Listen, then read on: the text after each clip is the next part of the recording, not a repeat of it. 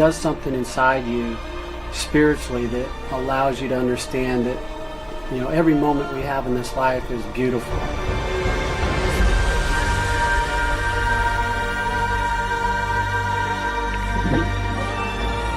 You're a traitor to your people!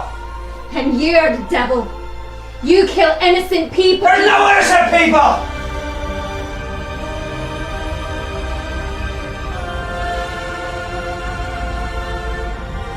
That's it, you know, love brings everything. The happiness, the dreams, the family, the friends, everything. Actually, love, it's everything.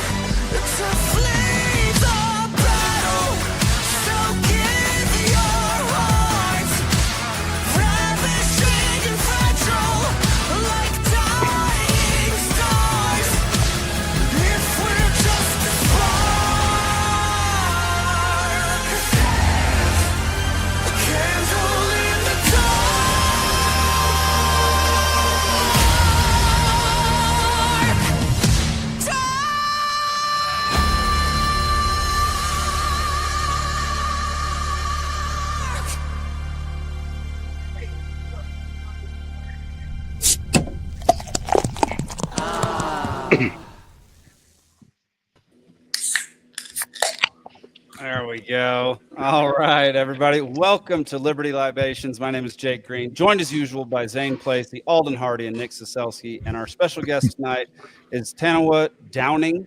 Tanawah, who are you and why are you here? Well, I'm Tanawah Downing, and I'm here because I'm a civil rights advocate and litigator, and we've got a pretty major case that we're getting ready to fight here at the United States Supreme Court. So I just want to tell you all about it. Yeah. And I'm having a difficult time with my voice, guys. I'm sorry. That's all right. That's all right. It's all good. Okay. Thank you for being on the show. And before we get started, everybody, our show is brought to you by Rabbit Eye Wine. Go get yourself a bottle. You can order it online or in person, rabbiteyewine.com to learn more. Also, head on over to peacefulsea.network. You can watch this show there. You can join the Dollar Media Club. You can watch any number of our shows, movies, documentaries, all of the above if you join the Dollar Media Club. So go check that out. All right, everybody, let's just get right in. Grumpy says hey. Brian says hey. out in the comments. All right. So, Tanawah, what's the case that you're working on right now?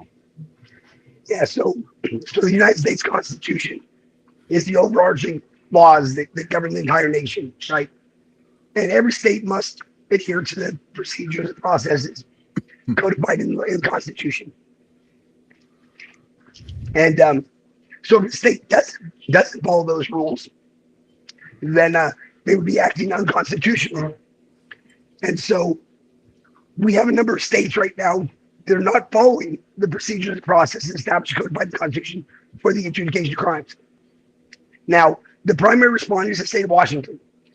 The Constitution, Amendment 5, certainly part of the Constitution, which was ratified and adopted by the people on December 15th, 1791. It says no person shall be held to answer for a capital or otherwise infamous crime unless on presentment or indictment of a grand jury. Now that's clear. You have to have an indictment by a grand jury before arresting someone and holding them over for a capital or infamous crime. Now a capital crime is any crime that's punishable by a death. That's pretty easy. But an infamous crime is any crime that's punishable by more than 1 year imprisonment in a penitentiary. So if you can get more than a year that would be an infamous crime, therefore requiring this indictment issue. Now, the state of Washington, however, Article 1, Section 26 of its imperial constitution says no grand jury shall be joined or summoned in any county. So we have a state constitution that functions directly the contrary of the United States Constitution. Now we have a supremacy issue. We need to get this resolved. So in the history of the state of Washington, they've never convicted a person legally and lawfully consistent with the procedures processes required by the Constitution of the United States, and that's a pretty big deal. But when we started this litigation, we didn't know that it wasn't just Washington, because there's actually 28 states that do not conduct a grand jury at all. And so now we have a massive number of people across America that are being held illegally and unlawfully on judgments that aren't valid because they derive from a constitutional act. So today there's more than 700,000 people currently in prison here in America on judgments that are unfortunately unconstitutional, and we're seeking to get those addressed, getting them taken care of. Now, as we dug into this issue a little bit more, we came to understand that, that here in America, we take our brothers and sisters, the hurting within our society, the weakest and most vulnerable, and we put them in these institutions that we would call a sweatshop in China, but a prison here in America. So we wanted to kind of get the dialogue working with the American people. We want the people to understand that this is the right way to treat people. When you deal with an issue of morality, that's not a matter of punishment. That's a matter of public health. And so there's a different way to treat aberrant behavior than to punish them and to put them into these institutions that force them into involuntary servitude so they can profit off of them in for-profit businesses. That's what these states are doing. So now there's a whole bunch more to it. It has to do with the slavery institution, the fact that slavery has never ended. Here in America, we think that slavery ended. We fought a war, civil war. 1 million people died in that war, thinking that they were abolishing it. And then we passed an amendment to the Constitution, the 13th Amendment. And what that amendment says is we thought that it said that slavery doesn't exist anymore. But guys, listen to what it says. It says neither slavery nor involuntary servitude shall exist except as punishment for crime. But the moment you say except, it means that you can't have slavery. But we gotta call it justice here in America. So we simply took something, retitled something different. We changed it from a private institution to a public institution, and we told America doesn't exist. But that's what's led to mass incarceration. And the fact that we got an 800% increase in the prison population in 30 years. That's why we have 16 times more prisoners than the next closest industrialized nation. That's why we have 5% of the world's human population, but 26% of the world's prison population, because these states have realized they make tens of billions of dollars off the forced involuntary servitude of those people. And it's time for us to bring this to the people and make them understand that this is not how we want to be with them. We don't want to be the last industrialized nation to not only permit slavery, but to legalize it and codify the legality within our foundational law, the very law that's meant to set free. Yeah. Yeah, I think, you're on a show called Liberty Libation, so we're all about individual liberty. And we definitely do not approve of the mass incarceration of United States citizens. But I never made that connection before with the post-Civil War legally, terminology with the little except there. No one's ever brought that to my attention before. Yeah, it says accept. The moment you say accept, it means you can't have slavery, but it has to be as a punishment for crime. So what they did with the 13th Amendment was they actually told the people the truth, that slave and prisoner are synonymous with one of those two terms mean the same thing. Because remember, Fugitive Slave Act, a fugitive is slave and slave is fugitive. So we have a long history of understanding that the slave is nothing more than a prisoner. That's all it is. Justice was simply a term created by slave owners in order to preserve and protect the property. That's what we have here in America is not a just system. It's a system that's built upon the debt. And if you're too poor to pay that debt, you can sell yourself into slavery to go and settle that debt in a for-profit prison business where you're going to work until that labor is paid for. Yeah. That debt. Yeah, it's pretty sad. It's extremely sad. Zane, you got something to say? Yeah, so going back to your original point about Washington and apparently 27 other states having failed to ever constitute grand juries. Just going back to, that's really interesting to me because, if this is a U.S. Constitution issue, when these states, which, each state apart from the 13 colonies had previously been a territory, and the way that, a territory became a state historically would be that the territorial legislature would draft the state constitution, and then it would have to be approved by Congress to make sure that Congress liked it and it was in compliance with the U.S. Constitution. Yeah. So how did these state constitutions that specifically said we're not going to have grand juries ever make it through? That's a great question, because we know there's just a problem. The problem has to do with nine judges up in Washington, D.C. So what happened during the turn of the century, right after the Civil War, we had a number of justices that were sympathetic to the slavery institution. The Waite Court in particular made terrible rulings. This was the Chief Justice for the court, and he made statements to the effect that, to make a white man and a black man have to eat together would be a whole other kind of slavery. He had a desire to proliferate the slavery institution. He didn't want it to go away. And this is well known. I mean, if you look at history, you can see that Waite and his court made a bunch of terrible rulings that actually advanced the industry, and by sidestepping the intended purpose of the Reconstruction Amendments and bringing in this protection of their assets of the slavery in the institution.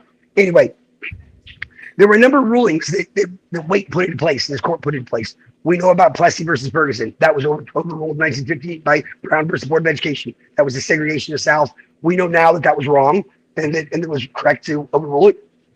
But there's a number of other rulings from the same court, such as Hurtado versus California.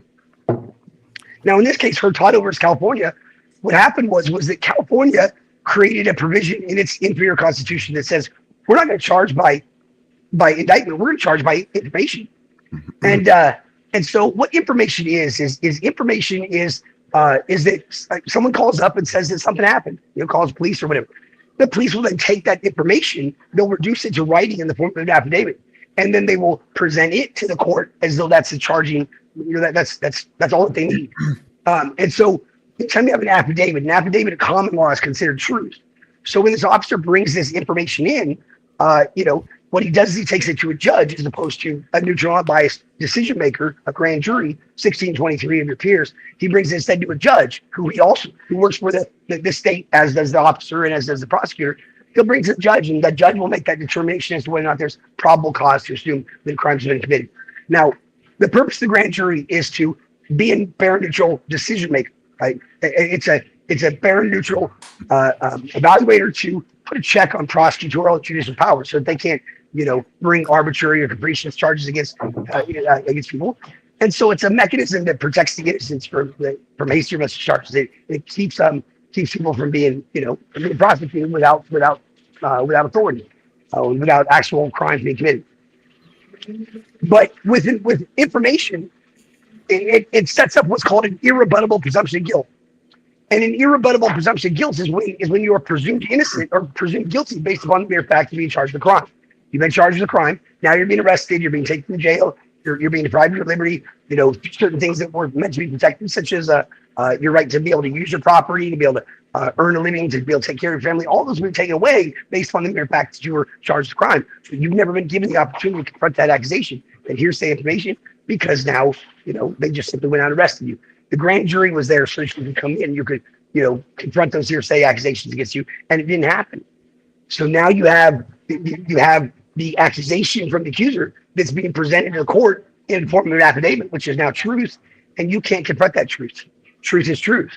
And so the moment that you're charged by information, now it sets up what's known as it shifts the burden of proof. So you're now guilty until proven innocent. So because you can't put that information on the stand and cross-examine it, there's no ability to confront your accuser. And so that's what happens with the information, as opposed to having a grand jury where you come in and you can confront the accusations that were against you. Now, what happened was in 1887, the United States Supreme Court, they came out and it was challenged in the state of California. They said, well, this is what California does, and it's contrary to the United States Constitution. And the Supreme Court said, that's okay. It's okay that California does that. They don't have to do the indictment. That's all right. And so they actually sided with the state of California's Constitution, didn't side with the United States Constitution. And as a result, what happened then was that court removed the Fifth Amendment, right, the grand jury clause. They removed it and put in its place their own judicial ruling that they called case law. And now the case law was what they went off of. So the Supreme Court, during that period of time, it was something known as legal realism, which is the belief that law is not based upon a formal set of rules or principles, but instead upon judicial decisions that derive from their own social, political, public policy. So when judges make the law and they're able to amend the law, that's something that's known as legal realism. It's completely contrary to our system of government, which would be, a foundation of laws, government of laws, and everything drives from it. But my point is that this all came from the Supreme Court of the United States. In 1887, the Supreme Court of the United States, through judicial fiat, altered the Constitution of the United States, placed into the place of the indictment, the grand jury issue. They put into place their own ruling, erroneously called it law, because the judicial branch has no authority to create law. So when they create a ruling and they call it law, that's not law, guys. They don't have the authority to do it, nor do they have the authority to amend the Constitution of the United States, because that must be done in accordance with the special money procedure. So, so then what happens is that they made that change. Supreme Court said, yeah, you don't have to have it anymore. Thus fundamentally changing the rights of people, removing the one thing that exists for the protection of the innocent, and then all the states said, well, that sounds good to me. And they started creating their own laws and their own constitutions that went off of this off the Supreme Court. And so now we have a situation where we're 180 years later, and we now have a massive number of people that are unconstitutionally convicted, sitting in prison on nothing. I mean nothing, because their arrest was unconstitutional, because there was not the proper documentation in place to perform that arrest, which means that everything that derives from that arrest must also be unconstitutional because it's tainted by the illegality of which it's obtained. So, the states, they need to own up to it, but before the states can own up to it, we have to get the Supreme Court of the United States to own up to what they did and hold their predecessors accountable for the treasonous acts that they did, the seditious laws that they created. Yeah, no kidding. I mean, it's wild, but it's not at all surprising that. Yeah. I mean, the federal government, the whole point of it was to protect individual citizens' rights, and the fact that they sided with the state of California to take their rights away is absolutely ridiculous. And of course, it was California. Of course, it was started with California, but I mean, we're dealing with an issue with a grand jury up here in Montana. I am directing. I've been thinking of this case so much as he's talking. Yeah. I've been directing a documentary series up here. And one of basically a cop killed a citizen, and was given the Purple Heart. Said that it was a good shoot. It was definitely not. It definitely appears as though he murdered this guy. We did an investigation. We're still continuing our investigation. We submitted a petition for a grand jury to the district judge.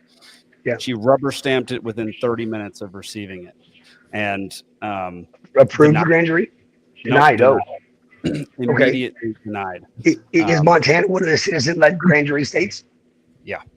It is. Okay. Yeah. Okay. Yeah. And they denied it. Yeah.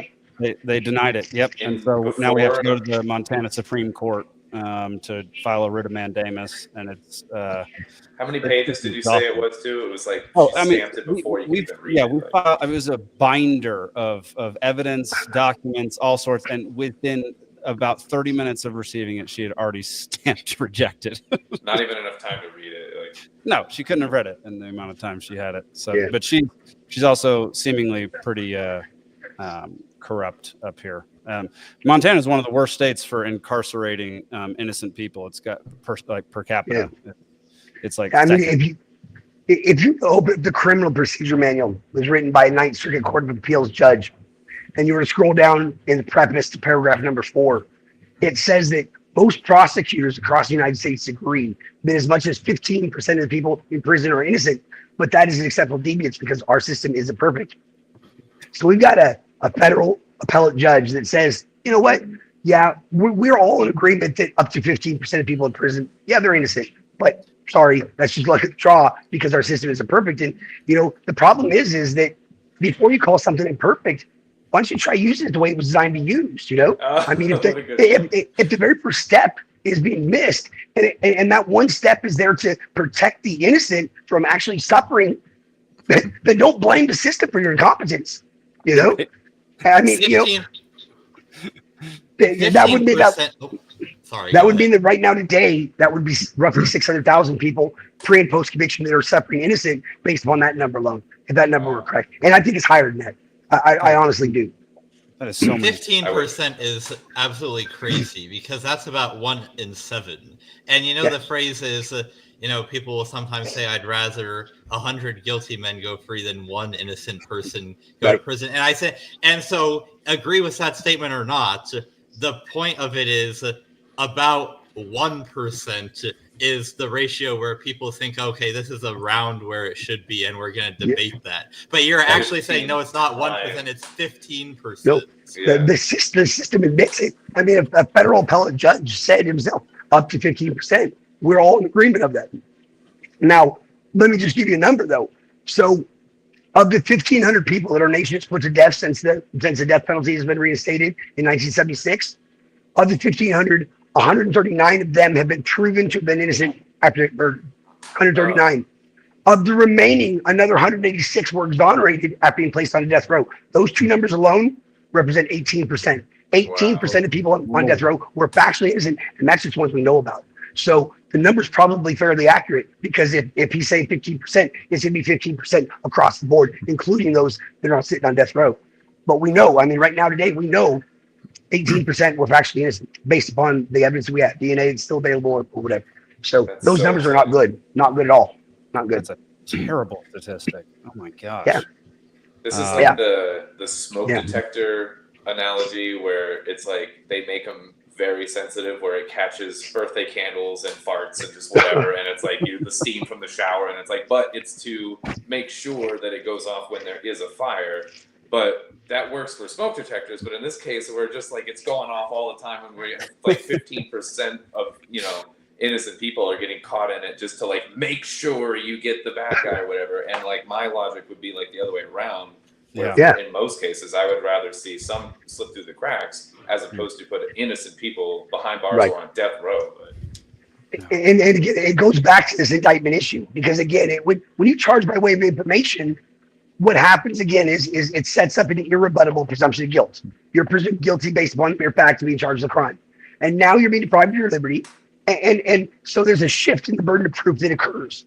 Normally, the prosecutor in the state has to prove that you're guilty beyond a reasonable doubt, right? Yeah. So you're innocent until proven guilty, but not in an irrebuttable presumption of guilt. In that case, the burden of proof shifts, and it's now the defendant that has to go out and collect evidence to prove that they're innocent, which is now a guilty until proven innocent, because you're not being treated as though you're innocent when you're not given the opportunity to be able to confront the hearsay evidence against you. So when you remove that first step, what happens is that the state can go out, they can get whatever information they want, or whatever, because the officer can charge. You see, what California was trying to do was California was trying to find a way to allow California public officials to be able to do the charging, right? So if a police officer from California wants to arrest this person, he can do it as long as he uses information.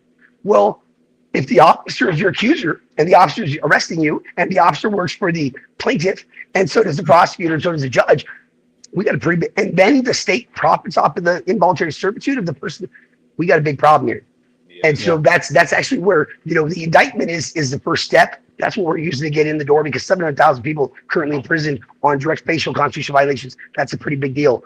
But the argument is a much bigger deal. And that's the Article 3, Section 2 of the United States Constitution. What it says is, in all cases in which a state shall be party, the Supreme Court shall have original jurisdiction. So in other words, the Constitution under Article 3 has identified two different types of jurisdiction for the United States Supreme Court. One is original jurisdiction, the other is appellate jurisdiction. Now, we're all very, very familiar with appellate jurisdiction, but when we look at the Supreme Court and say, we appeal to that. That's the highest court, it's the last court resort.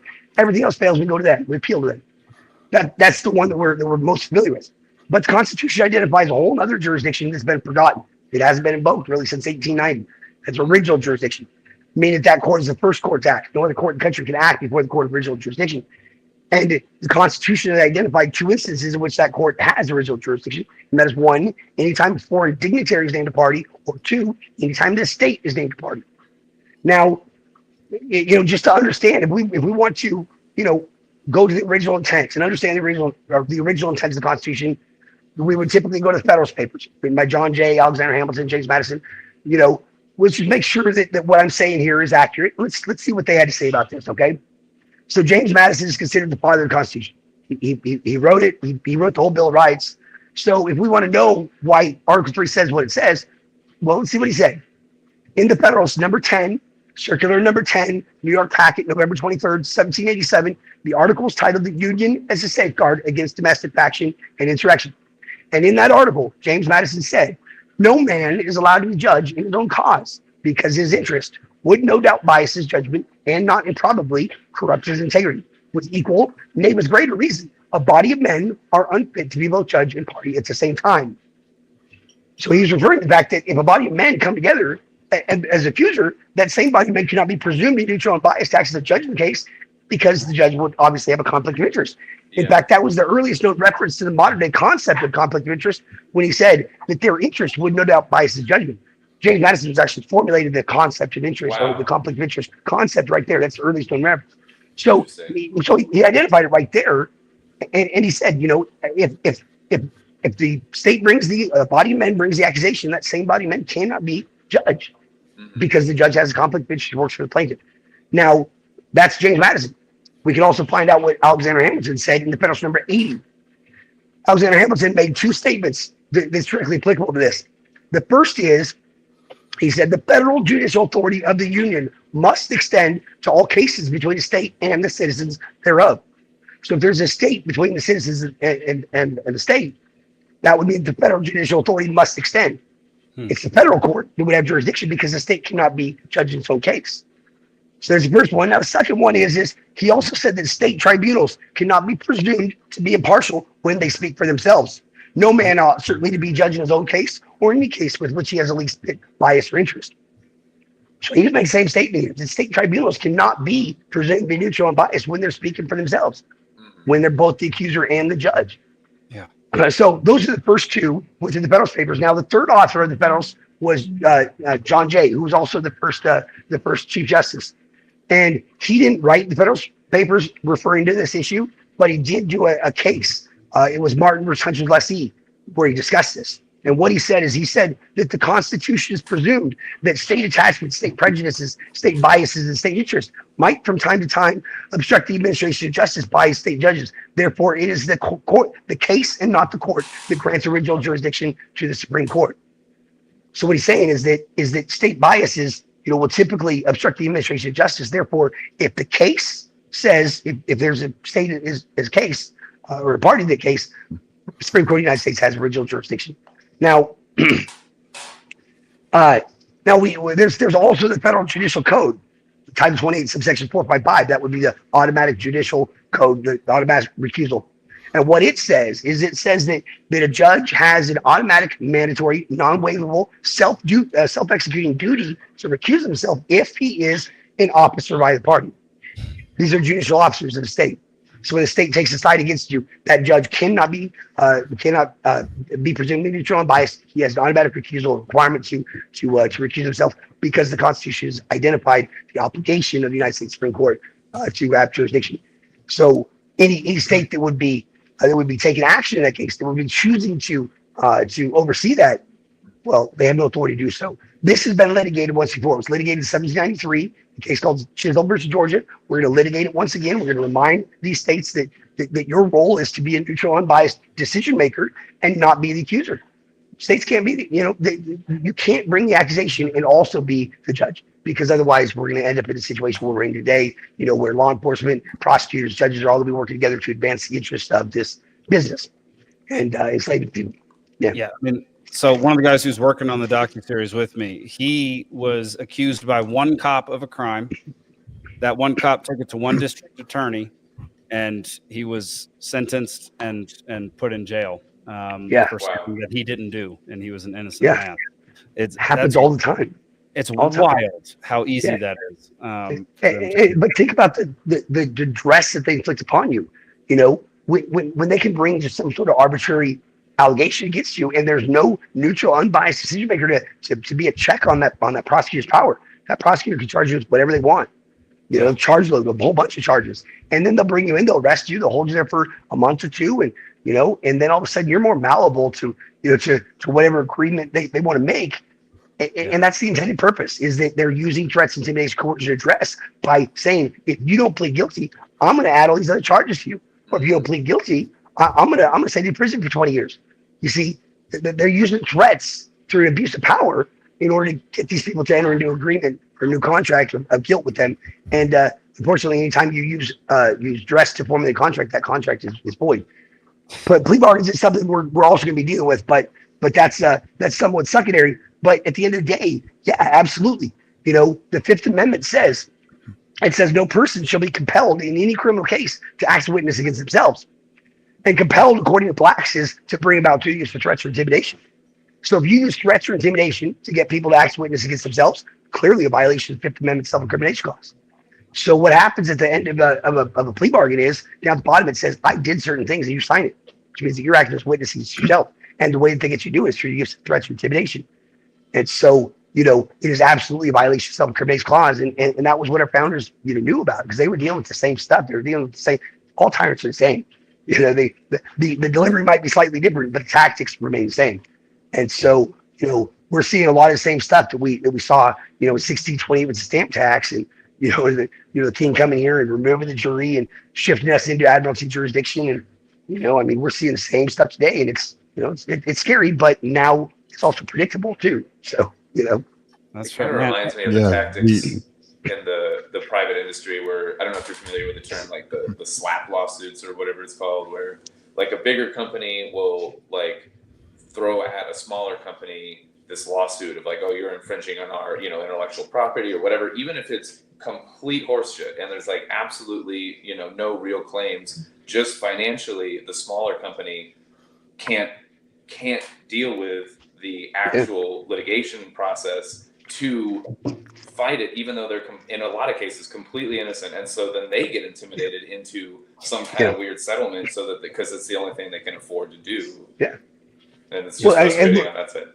I mean, look at the state. The state is a superior power, superior force against the defendant.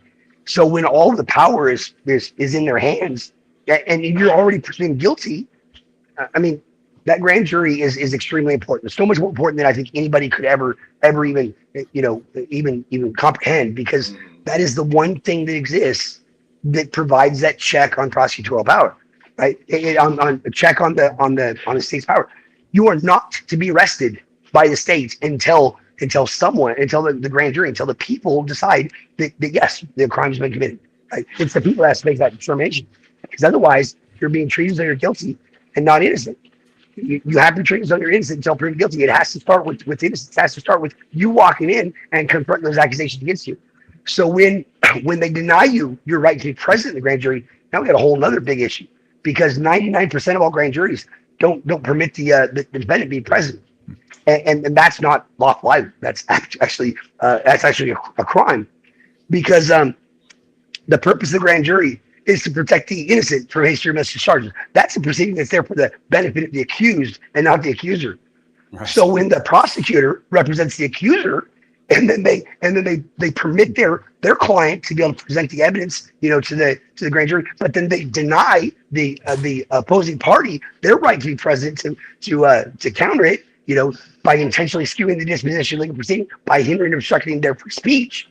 Well, now we got a whole other deal, but nonetheless, so that's a proceeding that's there for the benefit of the accused and not the accuser, but the prosecutor represents the accuser. So now the state is going to permit their client to come in and present the accusation, but then through an act of unequal application of laws, violation of the 14th Amendment, they're going to deny the accused's right to be present to confront the accusation against them, and government cannot treat two people in like circumstances differently. So there's a crime that occurs there. It's called conspiracy to obstruct justice. And what that says, it says that when two or more persons conspire for the purpose of preventing any party in any cause participating in said cause commits a crime. So when the prosecutor conspires with the accuser to deny the accused's right to be present, they just committed a crime. It doesn't matter why they did it or how they did it. That they did it is sufficient, because every single witness has the right to testify freely, fully, and truthfully to any matter pending before the court. Title 42, subsection 1981. Now, Title 42 is the Civil Rights Act. So, you know, when we started talking about, you know, deprivation of rights and all the rest, that derives from Title 42. Now, Title 42, 1981 is civil law, but from it derives the enforcement law. So just one moment here.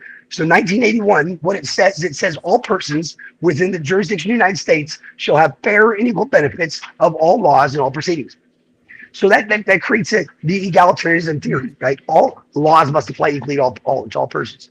So all persons within the jurisdiction of the United States shall have fair and equal benefits of all laws and proceedings.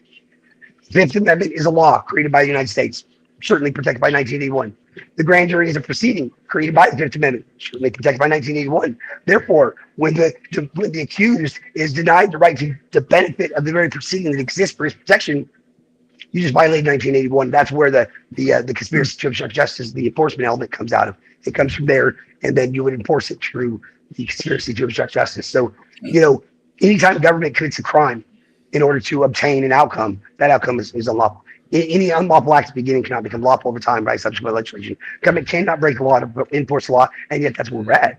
They're denying the opposing party the right to be able to confront the accusations because they want to control the narrative and be able to put them into jail so that they can just simply threaten and intimidate them and secure an easy conviction through a plea bargain. It's vigilante statism. There you go. Or we also somewhat like to call it anarcho-tyranny. Yeah. In some way, you've got insane amounts of charging like this, and then you see, we all remember back to the summer of 2020 when it was, you can riot on the street every night and burn stuff down, and what are we going to do about it? But, it's a selective enforcement there. But this is, I think you're distilling this down to how much of a mess the judicial system is. Now, a lot of what you're saying, it's a lot of stuff I've heard. I think a lot of people in libertarian circles have heard and understand there. I do find some of this interesting about the grand juries and but you kind of look at the entire process as you're outlining here from the start. Just, the grand jury is supposed to be this, but it's not even being, but we're not even using it. And then when it is being used, you're denying this side, you're denying that. And then the plea bargains is one that just really drives me insane that, we've got so many laws on the books that, for the same crime, you committed all these different offenses and let's pile up 20, 30, 40 years. And if you don't plead guilty, we're going to, just because you're asserting your right to a trial, you're going to suffer consequences on that. If you want to be judged by a jury of your peers. Yeah. And there's a maximum law that you cannot be punished for having a right. And yet that's exactly what's happening. You have the right. You have the right because they have the duty to provide a jury trial. You have the right to be able to confront the accusations against you in a fair and neutral proceeding because they have the duty to provide that. And so when you say, man, I would like to testify, and they say, oh no, if you come and testify, we're going to send you to prison for 20 years. That's witness tampering, man. It's witness tampering. I mean, if you were to call their witness, the accuser, and say, I'll shoot you if you come and testify, you're going to go to prison. Right? Yeah. So what makes them think that they can come to you and say, oh, if you come and testify, we're going to send you to prison for 20 years. You're being punished for simply requiring them to do what they're lawfully obligated to do. It'd be like if you asked for the bread at Olive Garden and they got mad at you and you're like, what? That's why I'm here. I'm supposed to have bread. It comes with the meat. Yeah, and plea bargains are just so egregious because, as Nick said, you commit or you're charged with one crime, but then what you're actually charged with is like the crime itself, committing the crime while possessing a firearm, committing the crime while crossing state lines, having planned the crime before you committed the. You jaywalked on the way to rob that bank. Crime. They charge you with if you are being charged with a crime that maybe should be like 5 years, then all of a sudden they can charge you with the same crime 8 times, and now all of a sudden you're looking at 40 years unless you give up your right to actually have a trial. Yeah, and they'll increase it. You get an assault and you have a pair of shoelaces on your shoes, and now you're going to get assault with a deadly weapon because you could have wrapped those shoelaces around their neck. And, this just doesn't make sense. But yet, they're going to trump it up because that's going to create pressure, right? Because now they're going to have that on. They would have never gotten that from a grand jury, but they can do whatever they want. They can justify it however they want to justify it in order to create that pressure because their goal is that they're going to fleet you down anyway. But 96% of all cases are adjudicated through a plea bargain. That's 96% of all criminal defendants that don't even get to tell their side of the story. And that is an egregious failure of the justice system. Egregious failure. Right? I mean, who has a 98% win rate? I mean, I don't know any college football nobody has a 98% win rate. And yet these prosecutors are that good, that law enforcement is that effective that they can 98% of the time this person's guilty. Well, They're not. I mean, they're not. It also because that also helps whenever you've got the state taxpayer money to fund investigations, and the person you're charging might be locked up while that investigation's happening, and then you're talking about public defenders also because lawyers are expensive. And then even if you can't afford a lawyer, affording your investigation and and how much can you assist with that? And I mean, it's just so many levels of it. Yeah. I had a question for you. How much I've been dealing a lot with grand jury over the last 6 months, and it's something that I didn't know very much about beforehand. How much of your time is spent like educating people on just the idea of a grand jury and what it is? So what I'm doing right now is I'm going around the country. This is all about raising awareness. Ultimately the decision is going to come from the Supreme Court, but the battle's fought in the opinion of the public. About 2 years ago, I've been at this case for 9 years. I've been building it for 9 years. We're at the end now. We're literally at the Supreme Court. We've taken it through all levels, all the way up. We're there on a jurisdictional error, and we're just waiting for the right moment to push it in and demand. We're going to invoke Article 3, original jurisdiction, and say it's time for you to hear this case. Not because we're asking you to, but because you have an obligation to do so. You work for us, and here's your obligation. You can choose to not fulfill your obligation, in which case we can just tell the whole American people that you're not going to follow. But anyway, so we're invoking original jurisdiction, and we're just waiting for that right moment. But about 2 years ago, I was traveling around the country trying to get the district courts to convene a grand jury so we can investigate this issue. Because if they're not going to listen to it, then great. Let's let a grand jury act as a presentment, act as an investigative body, and decide if we're going to do something about this. So I went to Tulsa, Oklahoma first, and tried to convene a grand jury.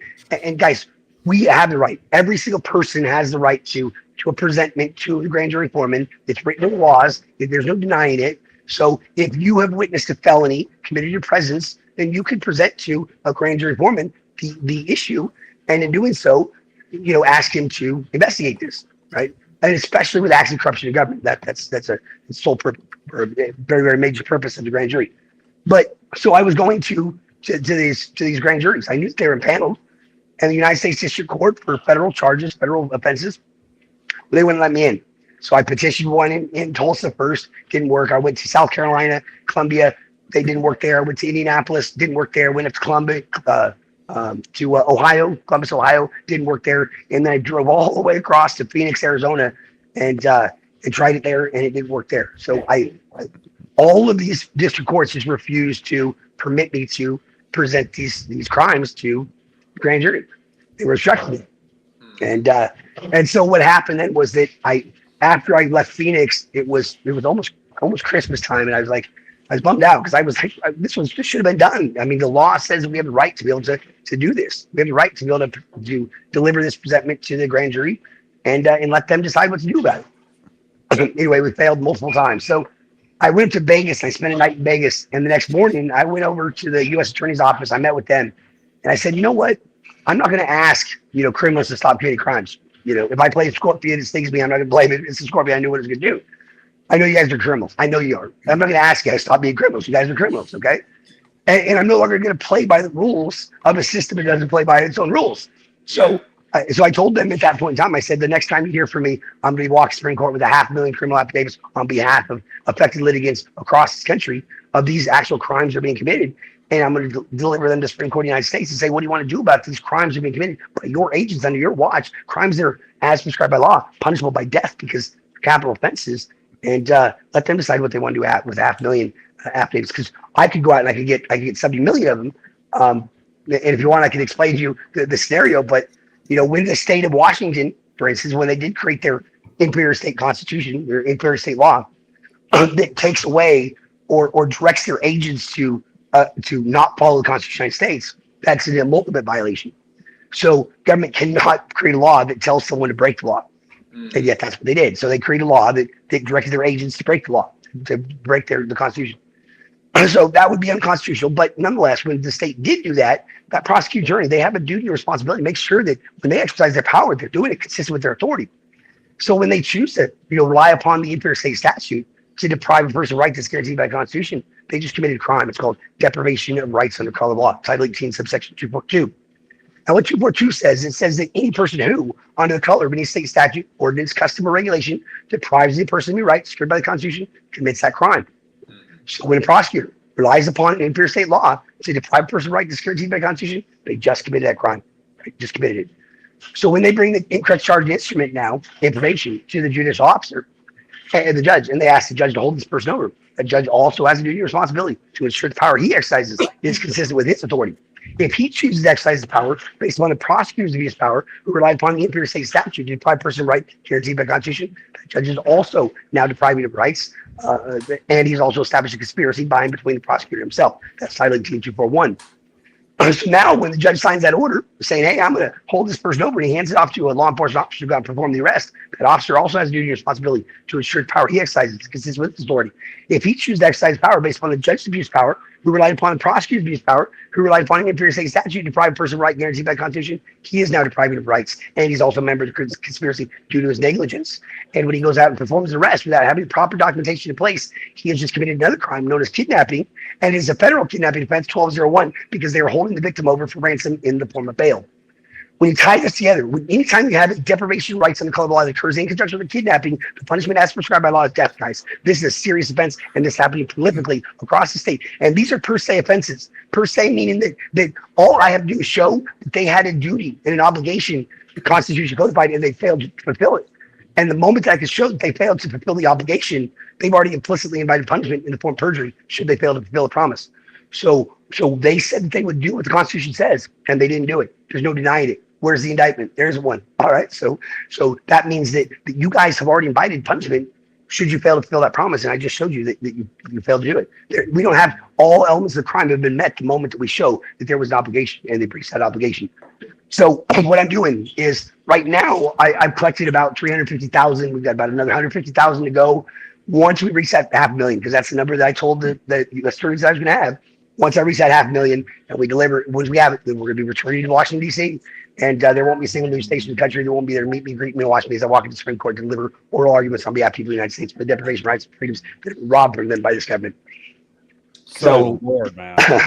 the question I have on here. Yeah. I know on appeals the Supreme Court picks and chooses on this issue of original jurisdiction. Are they forced to take it, or they can just ignore it? No. You have no right to use discretion with regard to one's obligation. Constitutional obligations must be performed.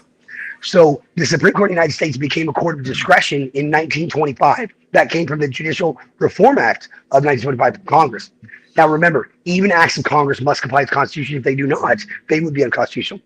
So the Supreme Court of the United States can be a court of discretion so long as the state is not named a party. If the state is named a party, that's an obligation, Constitution codified. If the Judicial Reform Act told them that you don't have to do it, that would make the Judicial Reform Act unconstitutional. So no, constitutional obligations must be performed. Congress cannot alter the Constitution through an act of Congress, and yet that's kind of where we're at. We believe that now. There's another thing that happened in 1925 with that same Judicial Reform Act. The first was that they're now a court of discretion. So we believe that they get to pick and choose what case they want to hear or not hear. The second thing that Congress did, and this was all deceptive in nature. The second thing that Congress did was that they said that the only way that you can petition the Supreme Court is through a writ of certiorari.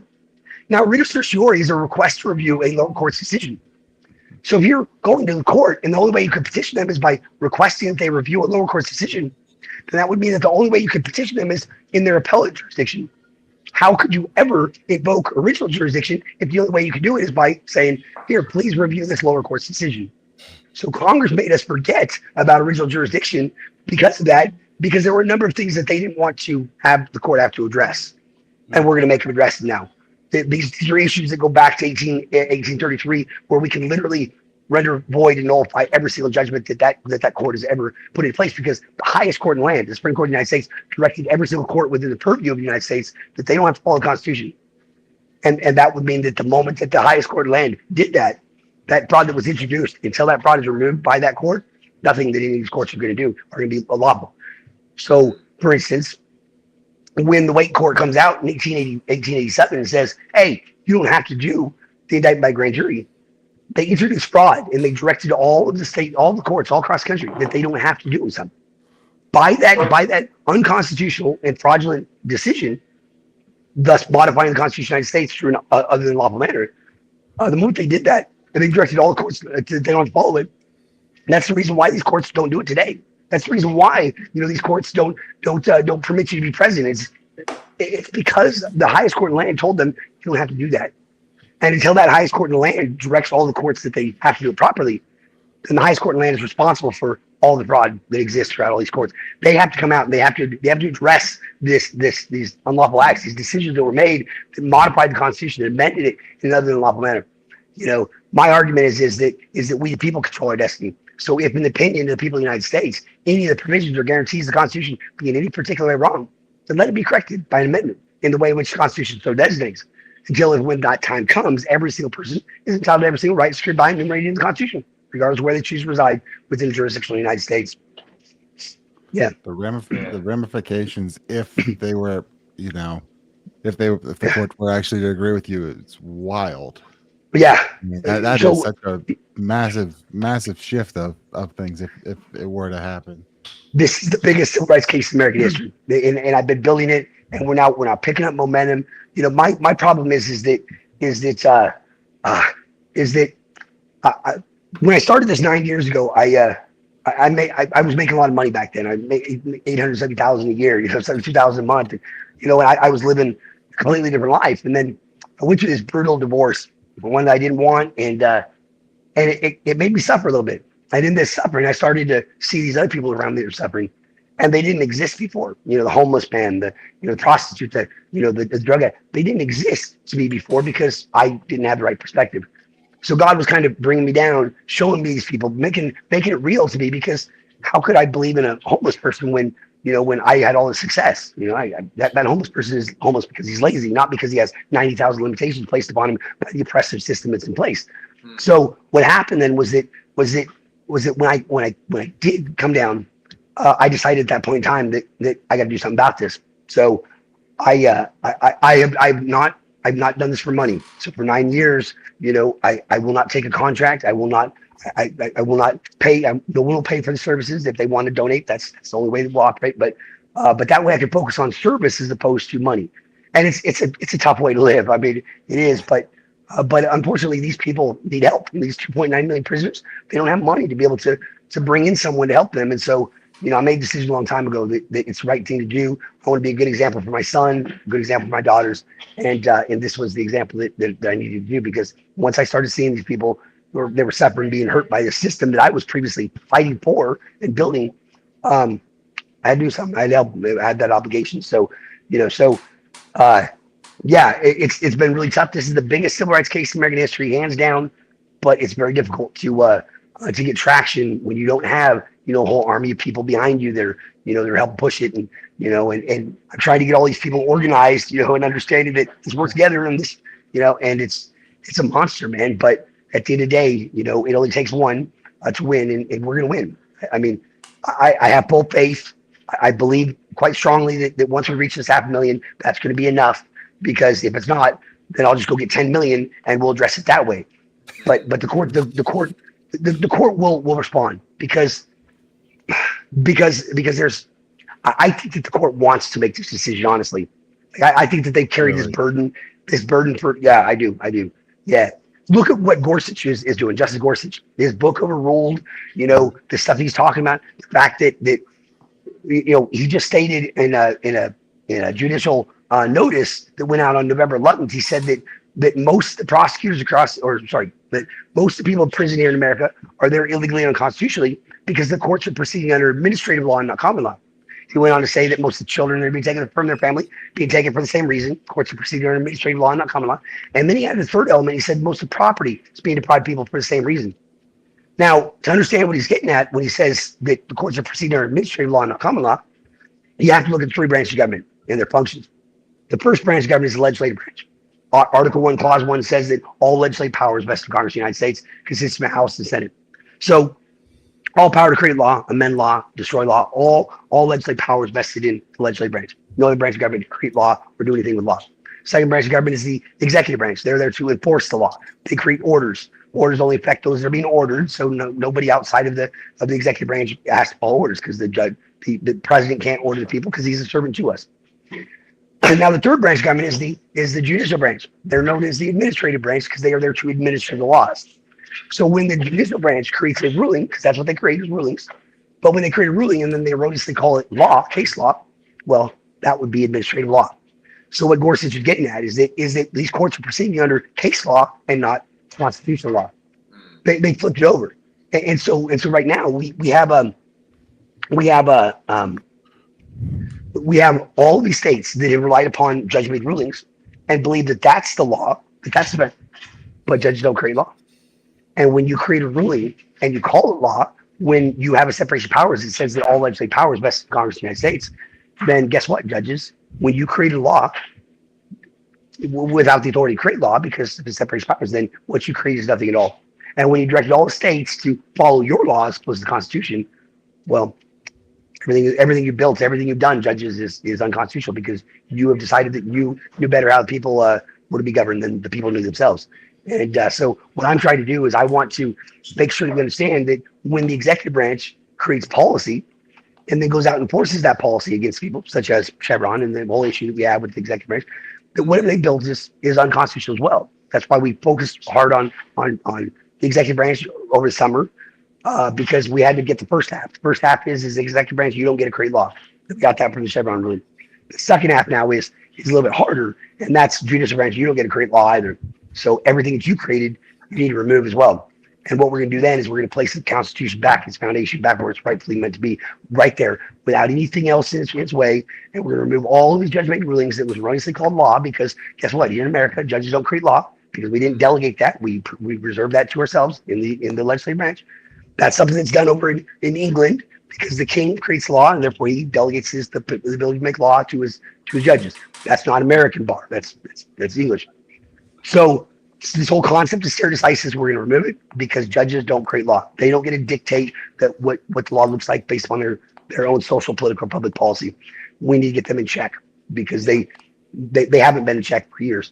Of the first 28 justices that served on our Supreme Court, 22 of them owned their own slaves. When those slave owners put into place rulings at the foundation, removing the laws that set free, when they did that fundamentally altered the purpose and intent of our Constitution, which was to preserve the individual liberties of people by limiting the powers of government. And so we need to remove all that. We need to put the Constitution back where it's supposed to be. And let's make sure that every single person is protected by every single right secured by enumerated in the Constitution. Yeah. Heck yeah, man. Alden, we can't hear you, man. I don't know why. Yeah.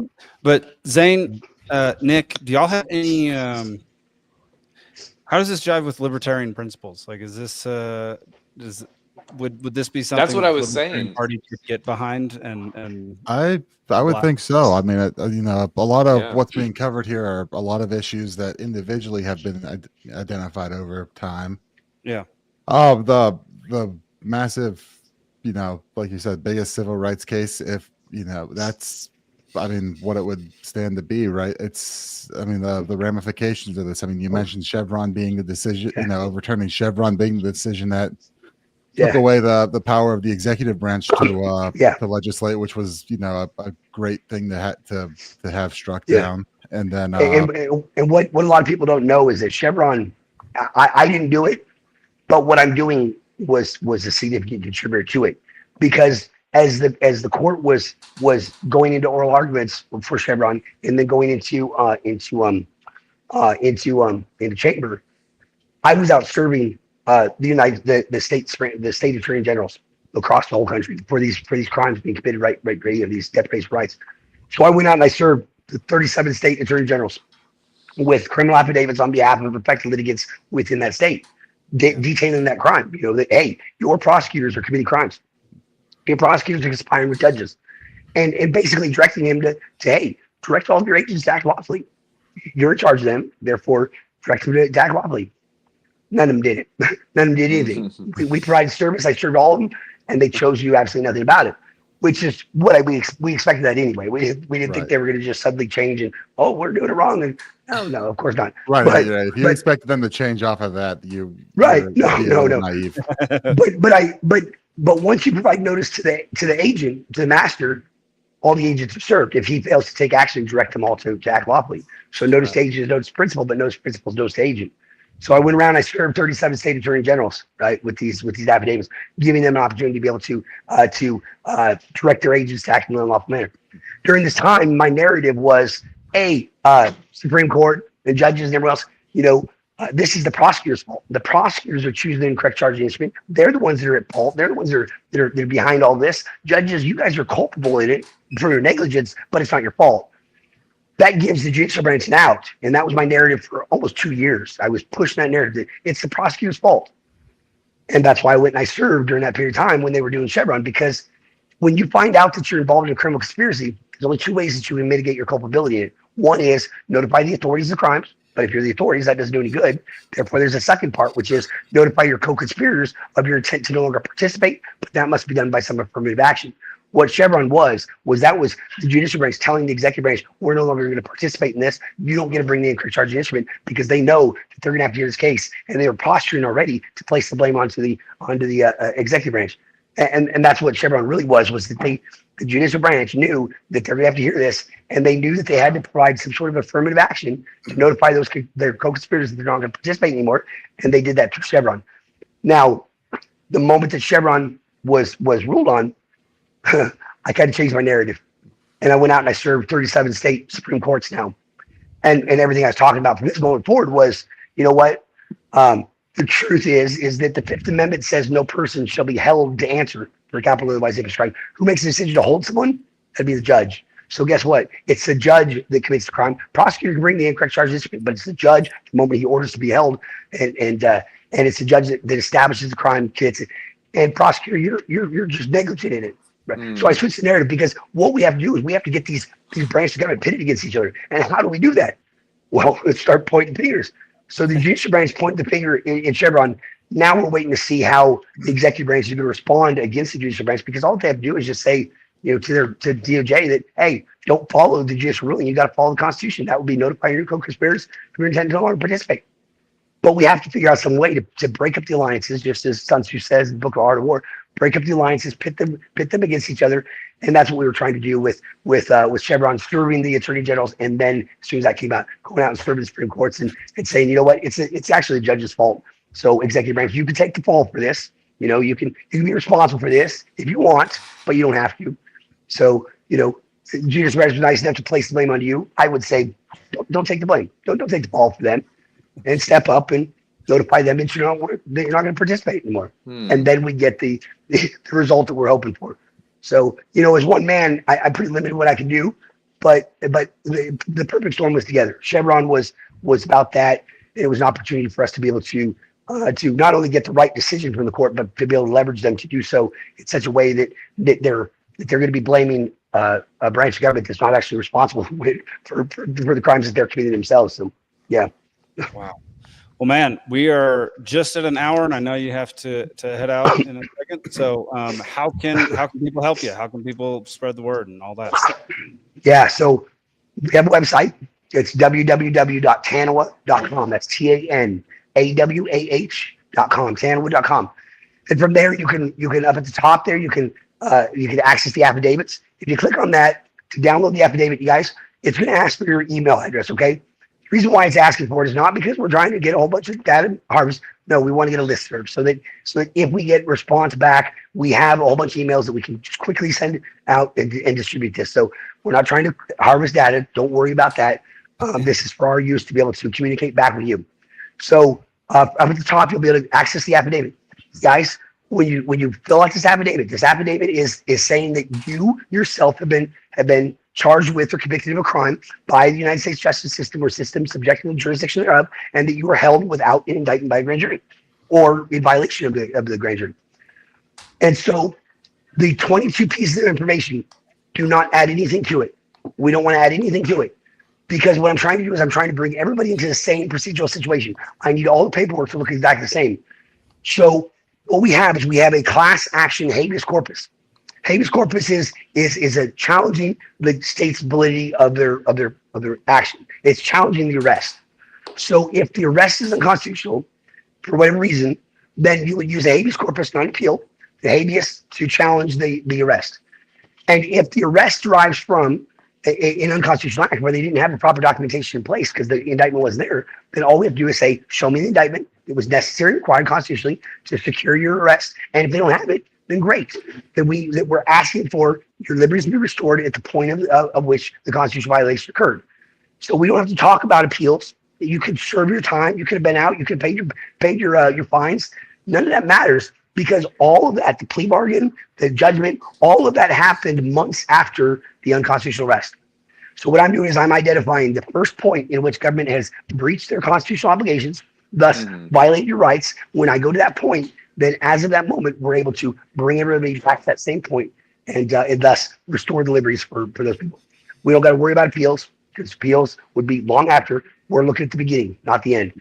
The end is where attorneys normally want you to look. That's where they make money. You only have a 3% win rate here. What we're doing is we're bringing everybody together so that here we don't have one or two people that are arguing one or two issues. Now we've got 70 million people potentially litigant class right here on this one issue because the states did not have authority to be able to oversee the disposition dispute in which the state itself was the party and cause. That affects 70 million people across the country.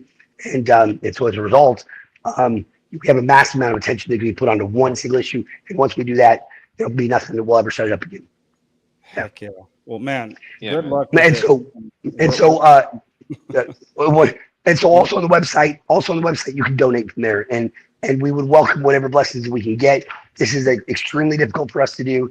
Every single cent that I get personally goes into this every single day. And, but it's an honor to be able to do this. I mean, this says, like I said, I focus on service. And if I provide the best service that I can, then you guys, up until this point, you guys have always made sure that I have the things that I need, but we're still in need. So we would welcome the donations. Any amount helps. And, but I will not work for contracts. You can't hire me. My mind is not for sale. My body's not for sale. I'm working for all. I'm not working for anyone. So thank you guys so much. God bless. Right. Heck I love it, man. Man, I appreciate that's it. awesome. That's awesome. Yeah, and I definitely don't think many people know about this issue. And I think I learned a lot about it here tonight. No freaking shit. That was Drinking from a fire hose with some of this stuff. Yeah, that was unbelievable hour, man. That was fantastic. So we appreciate you coming on. We just scratched the surface, guys. I worked on that side for many years. I know the secrets, and I'm ready to expose them because they're either going to tell the truth of what they've done, or I'm going to help them tell the truth. So yeah. Well, yeah, we'll let you go for the night, but everybody go to tanawah.com, TANAWAH.com. Check out the website, donate, sign the affidavit if you can, and support this because fantastic cause. Yeah. Love it, man. Thank you guys so much. God bless everybody. Absolutely. You have a good night, Tanawah. We'll talk to you later. Thank you. Thank you, man. Thanks, Good luck. guys. Thank you. Thank you, guys. Thank you. Bye. Wow. Whew, that was something. Yeah, that was knows a his lot. Stuff. Yeah, for I real. just thought that grand juries were something that happened everywhere. I mean,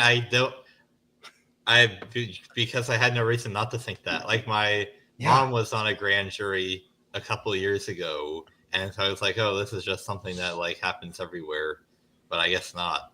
I didn't realize there was like a rift between states where there was like this weird anti-constitutional sort of faction that accounted for like half of the country. That's bizarre. Well, they've been trying. I mean, they've been working to undermine the Constitution at every every turn. What are you talking about? The Constitution is doing great. Yeah, it's definitely not almost dead. I mean, what was the? I didn't want to burst this the guy's bubble, but oh, sorry. Go ahead.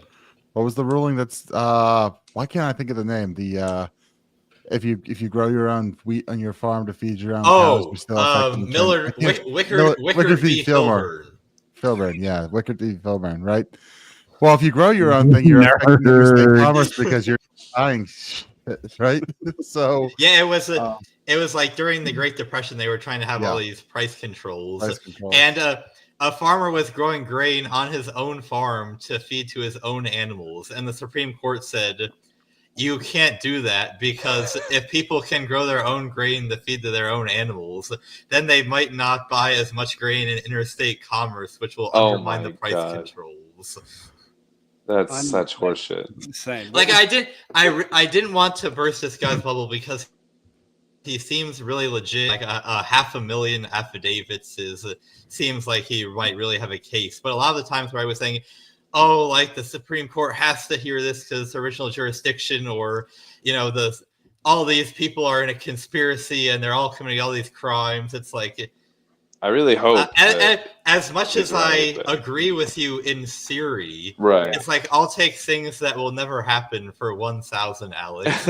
Obviously, if the government is able to adjudicate for itself whether or not it is committing hundreds of thousands of crimes every year, obviously you would not expect them to say, "Oh yeah, every single one of our agents has been continually committing crimes for the past 150 years." Yeah, well, they have been. We all know that, but that comes from our libertarian experience on that. But that was one thing I was pushing was can they turn down this? Because in my mind, I would think the court would want to avoid this issue because of the wide-ranging, the completely massive amount of ramifications that come from this. I mean, this would be shake-up of a global just the biggest magnitude you could ever think of if they were to take it and go with it. And I mean, he's making a good point. Like he mentioned, overturning Chevron, which I think we all agree was a great thing to overturn Chevron. That's the judicial. That's the judicial branch saying to the executive branch, no, you can't do that. It's different maybe when you're talking the judicial branch limiting itself in some way. And I mean, I wouldn't be surprised if you were able to get Gorsuch to agree with some of this. I mean, Gorsuch has generally been pretty good. If there's a time for this, I think this is the first time that it even has a remote possibility. Because he said he was waiting for the right time, and I wonder if that's part of it. I think during these 4 years would be the right time when the pendulum has swung so far the opposite direction. I mean, we've cut 10,000 jobs from U.S. aid. We're cutting. We're going to talk about one here in a little while. We're trying to cut the Department of Education. This is a unique time period. I would be really interested to see, because I feel like Gorsuch could go along with it. I could see Clarence Thomas go along with it, and those two are about the only opinions I care about on the Supreme Court. Yeah, and then the rest of them are, I don't think of anything highly of the rest of them, but I do find those two to be generally pretty good. So. Brian says the CIA is very upset about that. Mm-hmm. Well, we know what happens when the CIA gets upset. Yeah, they overthrow foreign countries. Wow, they overthrow leaders in countries. Zane, are you prepared for our next segment that is not going to be the Department of Education or terrible tariffs? I am indeed. Well, sweet. I'm not ready because I don't have my whiteboard. It was supposed to be delivered by 9 p.m. tonight. Dude, you're a waste of space. I can't find mine. I know I've got one somewhere. Okay, well, I can go get the big 4-foot long one, but I don't think that's gonna do very well. Just get some pieces of paper, y'all. I've got paper. Yeah. I, on the other hand, have a whiteboard that I bought from CVS this morning. Feel really good about it. Yep. And the reason, viewers, why everybody is scrambling around to get their whiteboards is that we have some exciting new rules for Liberty Libations Trivia, hinting at for a long time, but we are just now rolling out for this week, which is that instead of the extremely primitive caveman-like behavior of covering your camera with your hand in order to answer. I love he's crapping all over my format. Caveman-like. I mean, this is coming from the same person that has 3 questions in round 3 instead of 4. So instead of that, what we're going to do is all the people on the show will have one opportunity to write their answer onto a whiteboard or a piece of paper. And why's it got to be a whiteboard? You can also, it could also be a blackboard if you had one of those. There we go. Nicely done. Yeah. So Zane, And then the audience, feel free to continue submitting your answers. And if one of you gets it right, so audience, you will here's also One get- guess Actually- per person in the audience. yes, there is one answer per person in the audience, and your first answer is what we will go with. So think about your answer and submit. We will take between 20 and 30 seconds per question so that y'all have time to answer.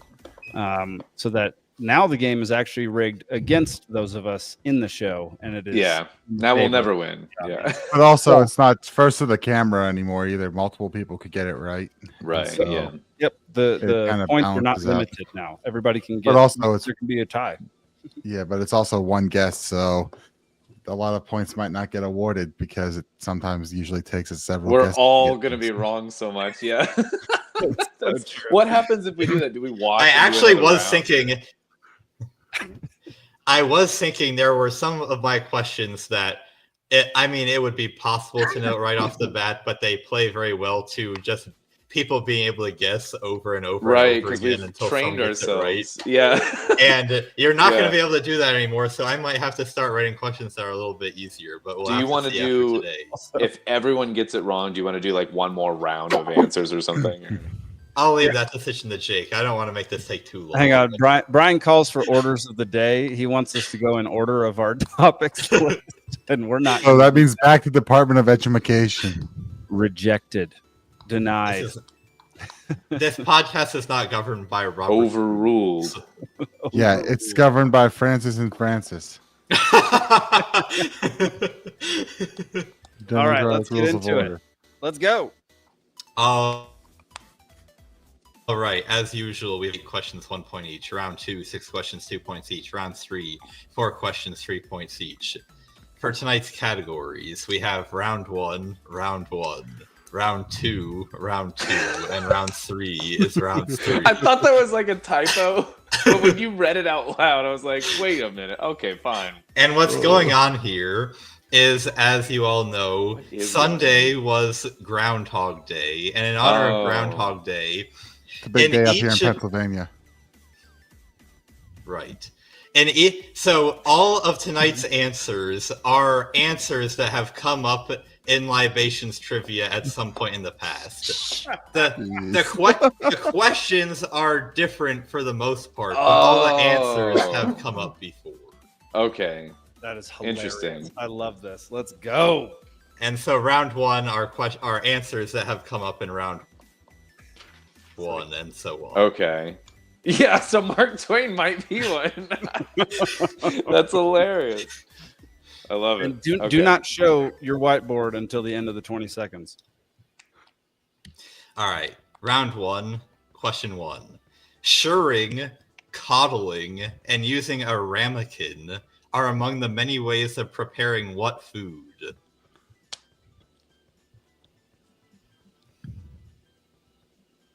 I almost misspelled it.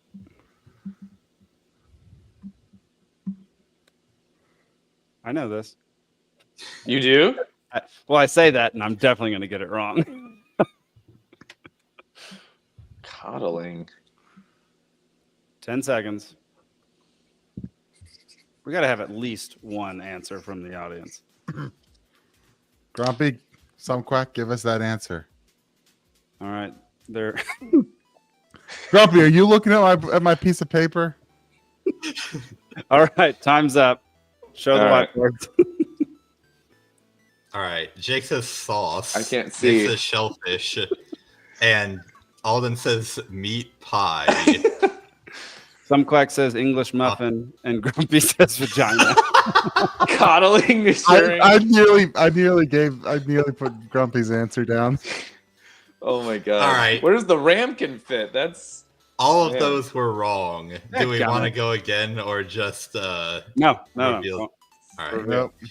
These are among the 100 ways of preparing eggs. Oh, well, yeah. I What'd could you make think an it egg was? on the sidewalk if I wanted to. Yeah. God And damn it. What the fuck's a ramekin? I feel wait, what makes that Ramekin is what you specific? is what you put sauce in when you leave a restaurant. That's a freaking ramekin. That's why I said So, sauce. what is coddling an egg?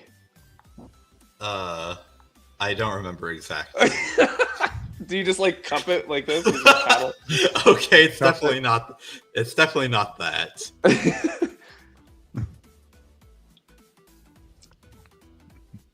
Is Jake frozen for you too? Yeah, I was yeah. gone. He's back. I don't know why. I've got great internet here. So All right. Question 2. What NFL team's defense did I draft for the 2024 fantasy season, which happened on air? I ultimately dropped them after week 5, around the time defensive coordinator Jeff Ulbrich was promoted to interim head coach. Oh man. fired their dadgum head coach.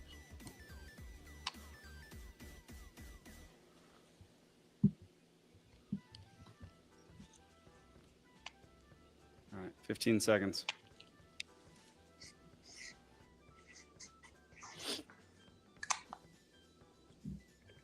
Yeah, we can't do more, like, we can't repeat the question, you know? We can't keep going because it'll just take forever. That's All fine. right.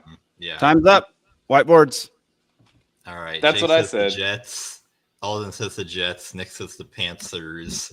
Uh, Audience Sunfire- anything? Rams. Grumpy makes The nonsense. Los Angeles Red Sox. And the Bears. All right. Jake and Alden get this one. It is the Hey. New York Jets. It was one of the shitty teams.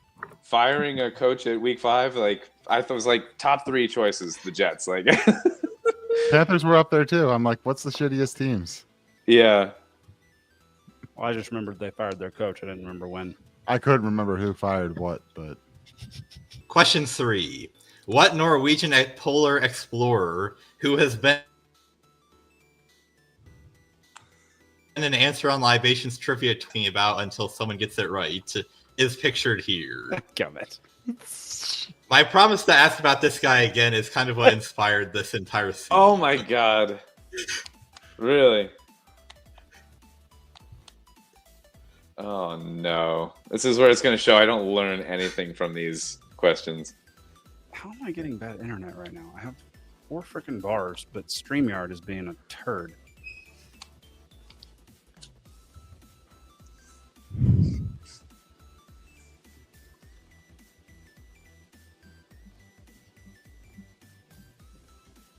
All right, time's up.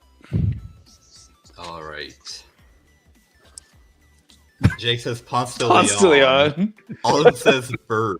And says Shuka Bergen Turtug. Schumabergen Turberdurgen.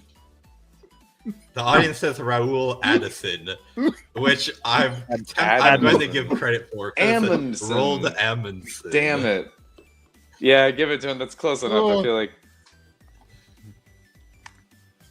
Ooh. that's pretty close. Let's pause real quick. Zane, let me log out and log back in. I don't know why, but my computer's being weird. Give me a minute. No. Okay, now we're back. It's all that Sorry. porn. Let's. You gotta lay off, man. I told you. And he's frozen again. Yeah, who knows what's happening with him. Dude, Montana's a weird place. I don't know how you expect to remember Rolled Amundsen. I mean, I didn't. So I said the same answer that I said to the question before, which I was wrong then and I'm wrong now. How did you remember your incorrect answer from 6 months ago, but you didn't remember the actual? That's what I'm saying. I stuck to my guns. I only remembered the wrong thing. Like, All right, question 4. Ernie Johnson, Shaquille O'Neal, and Charles Barkley are among the personalities on the NBA programming of what channel?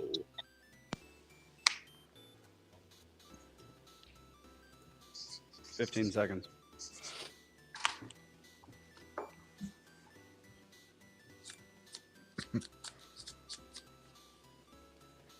no, wait, I'm changing my answer. You can. You haven't presented it. You're allowed to do that. It's allowed.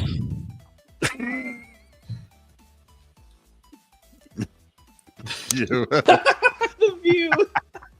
That could be interesting if you had That's those guys as the host amazing. of you. All right, time's up. I would watch it actually. All right, Jake says Taint? TNT. What channel is Taint? Alden eventually said NBC, and Nick says TNT. Eventually. Jake and Nick get this one. It is Damn it! Turner Network Television. Not ESPN H, the Ocho, or ESPN. Oh, It's not The View. I don't even watch the NBA ever.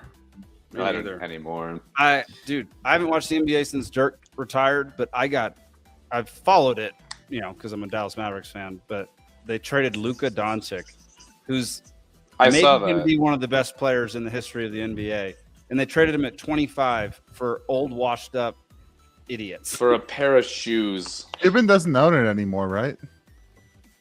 Cuban still owns a lot of it, not all of it. He's a minority owner now. He's a minority He's owner the now, yeah. majority. Are we still talking about the last question? Because there's a new question posted, but Oh shoot! Yeah, let's go. Go Zane. All right. Question 5. Gordon Ramsay's signature dish, a beef tenderloin wrapped in a pastry, is most likely named for the Duke of what English town? isn't there like a layer of mushroom between it? I didn't want to make the question too long. 15 seconds. I couldn't list every single thing you might put in it. I think there's mushroom. I've never made it. 5, 4, 3, 2, 1. All right, this one wasn't too difficult. The answer is Wellington. The audience, Everybody everybody in the audience got The it. audience. Wait, gets it. everyone on Earth gets it because that's all fucking Gordon Ramsay talks about. The But number also, of times how many dishes include pastries with beef? right? I'm- Yeah. Hopefully, my first answer, meat pie.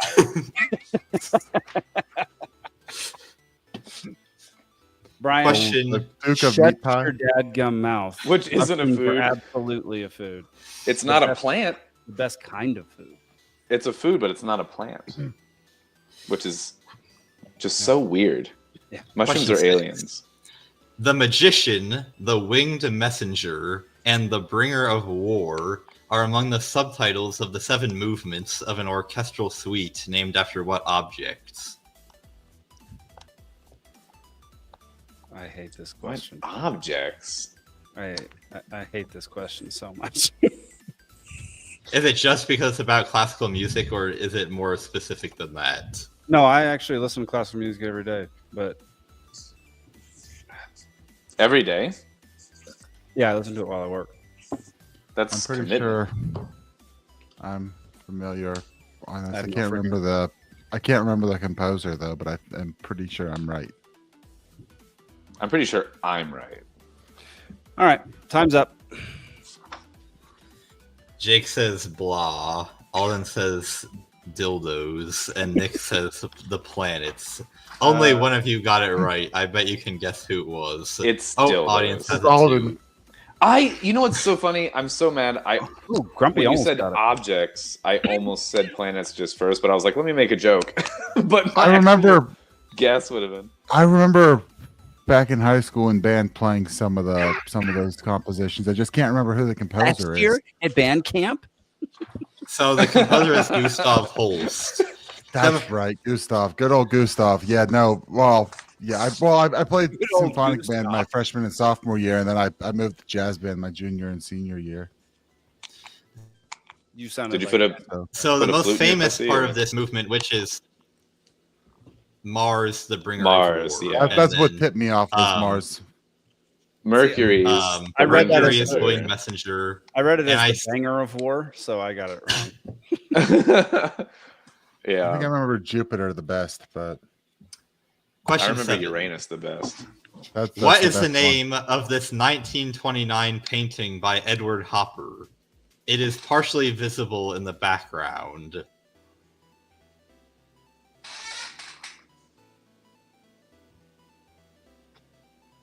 I don't know, but this is gonna be wrong. Oh my god. So you know it has at least a U and an E.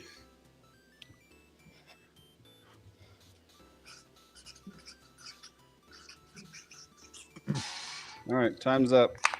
If this isn't right, I'll be mad.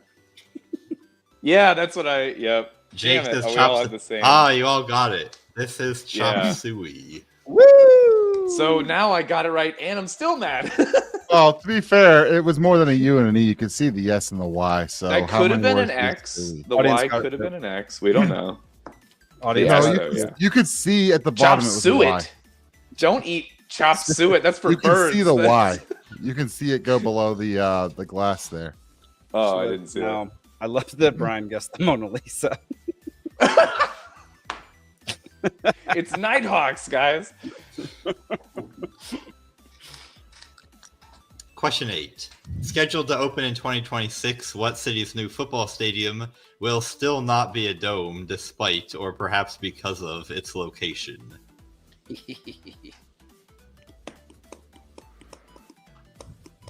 This is America. Yes. 10 seconds.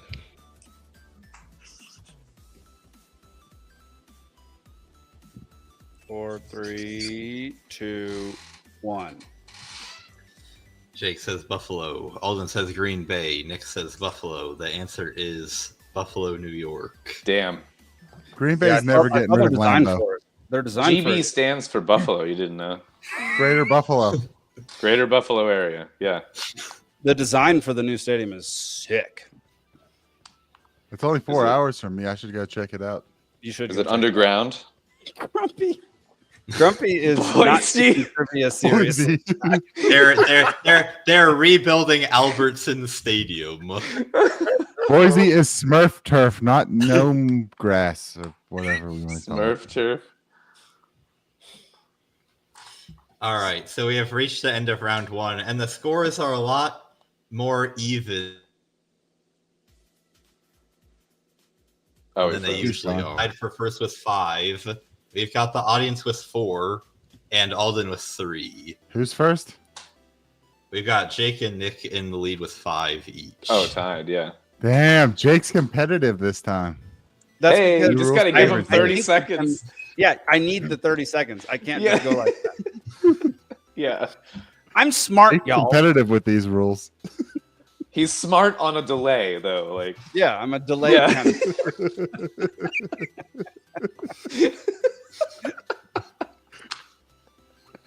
all right, moving on. I'm sorry.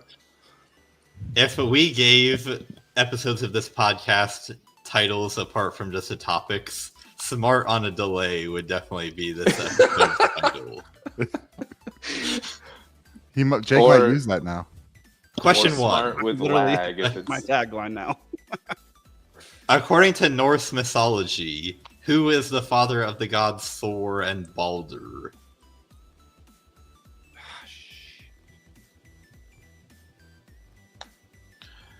Oh. 15 seconds.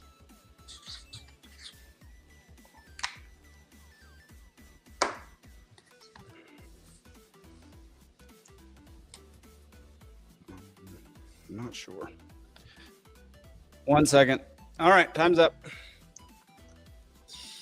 All right, Jake says Odin, Alden says Odin, Nick says Odin. You are all correct. Grumpy says Odin Allfather. Oh, Grumpy's more right. Odin. Everyone apparently knows Odin. Yeah. Yeah, I didn't know We he was all his watch brother. the Marvel movies. No, what? No. Odin's in the Marvel I think I got that from Vikings. Have you not remember watched at from- least like the first Thor where Odin is, Odin? Oh, I don't remember I that. don't I remember. remember from Played God by of Anthony War. Hopkins. Oh yeah. Oh, that's right. Yeah. Yeah.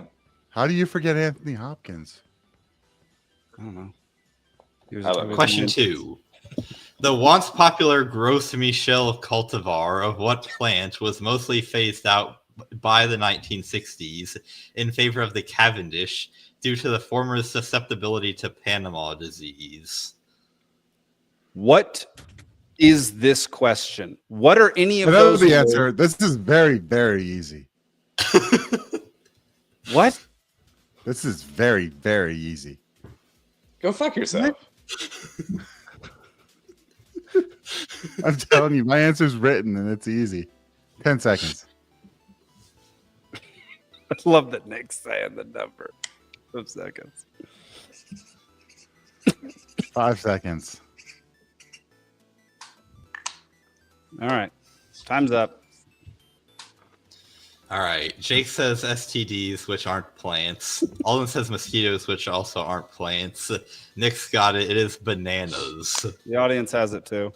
Quack and Brian. Oh, Grumpy yeah. said Not plantain. grumpy. Plantain. Hannah's so here, close. y'all. We're about to lose. Hannah. Yeah, we're gonna lose now. No offense to Brian and Quack. Although she's been gone a bunch of weeks, she might not remember the answers to questions. It's true. She might forgotten how to play. Question 3. After Minneapolis, St. Paul, what is the second most populous metro area located along the Mississippi River?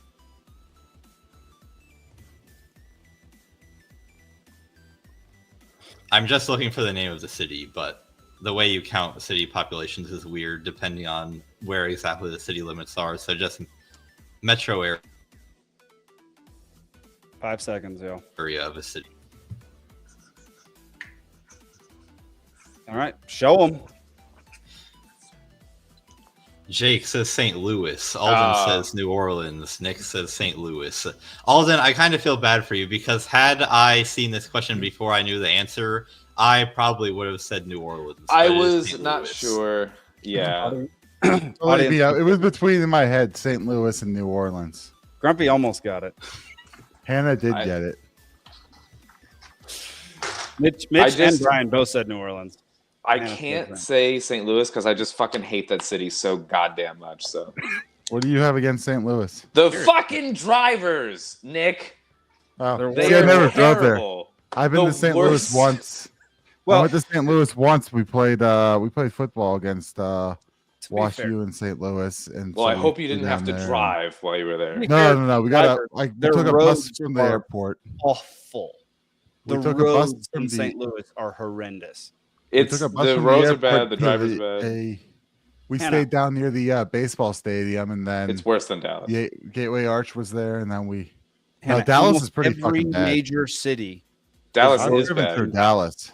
I've driven Dallas- through Dallas. Dallas is horrible. Dallas The doesn't guy- have bad drivers though. You're not going to get you're not going to get killed in Dallas. You're going to get killed Yes, in you are. Atlanta. Nah. The guy Oh, that checked us Atlanta, in yeah. at our hotel was from Dallas, and he said that St. Louis was the worst drivers he had ever experienced in the country, and we talked about it at length because I almost got in like 3 accidents.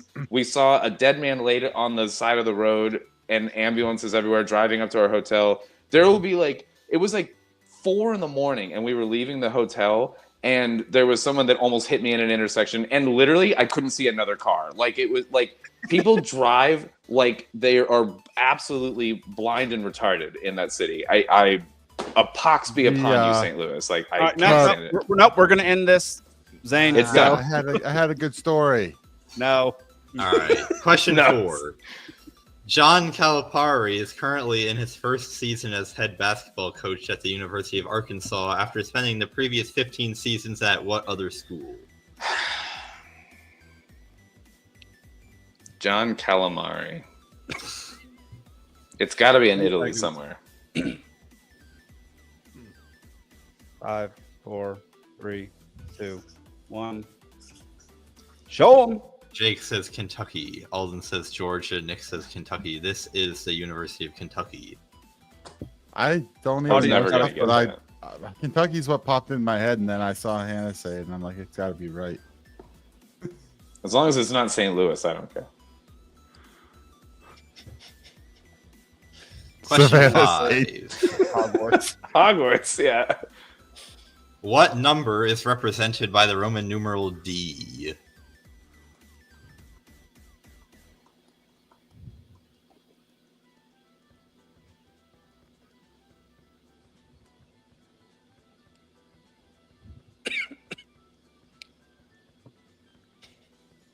Hannah's dumping on you. It's crazy how Alden doesn't know ball. Oh, I know balls, all right. I just don't know ball singular. All right, time's up. Well, at least you're not a monorchid in that case. All right, Jake says 500. Alden says 500. Nick says 10,000. What does audience have to say? 500 also. It is 500. 500. I never counted that high in Latin class. So I don't if you count put- that high in English.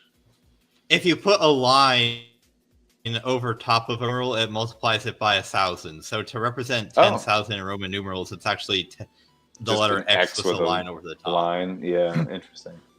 Yeah, I knew, I know the basic ones. Then I knew L, C. Yeah, Roman numerals. Is L50? Roman Yeah, numerals. they are an inferior numbering system. Arabic numerals are the way to go.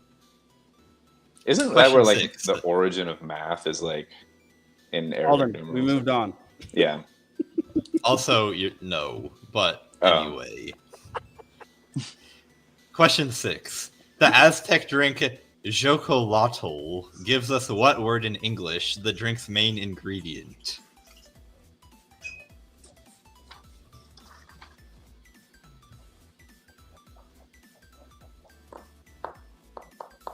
What?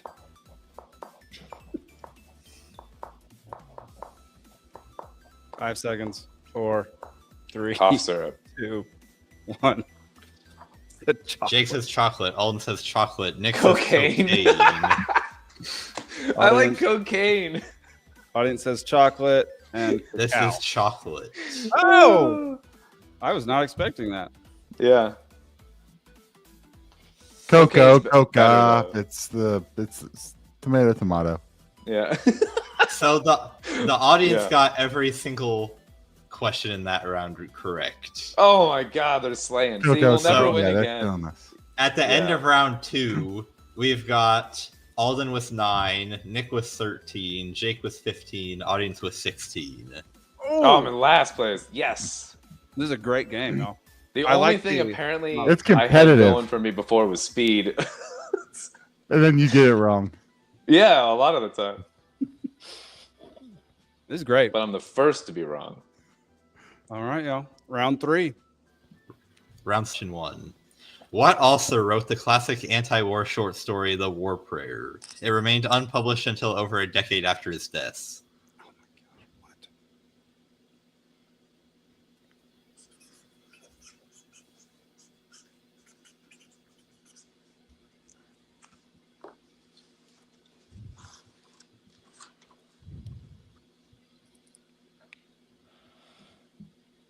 Five, 4, 3, 2, 1.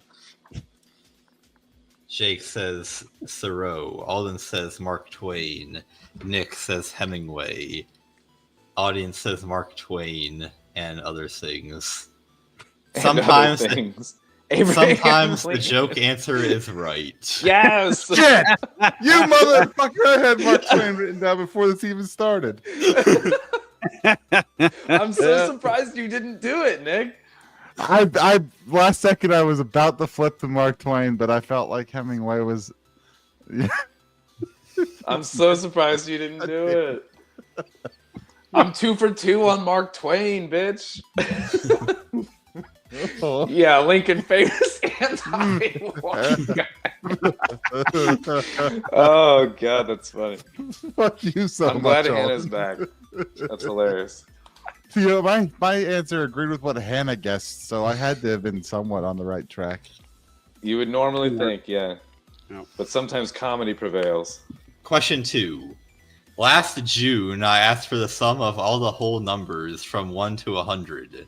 Even after I explained the relatively simple trick for computing this sum, no one got it. No one got anywhere even close. This time around, I will award the points to whoever gets closest.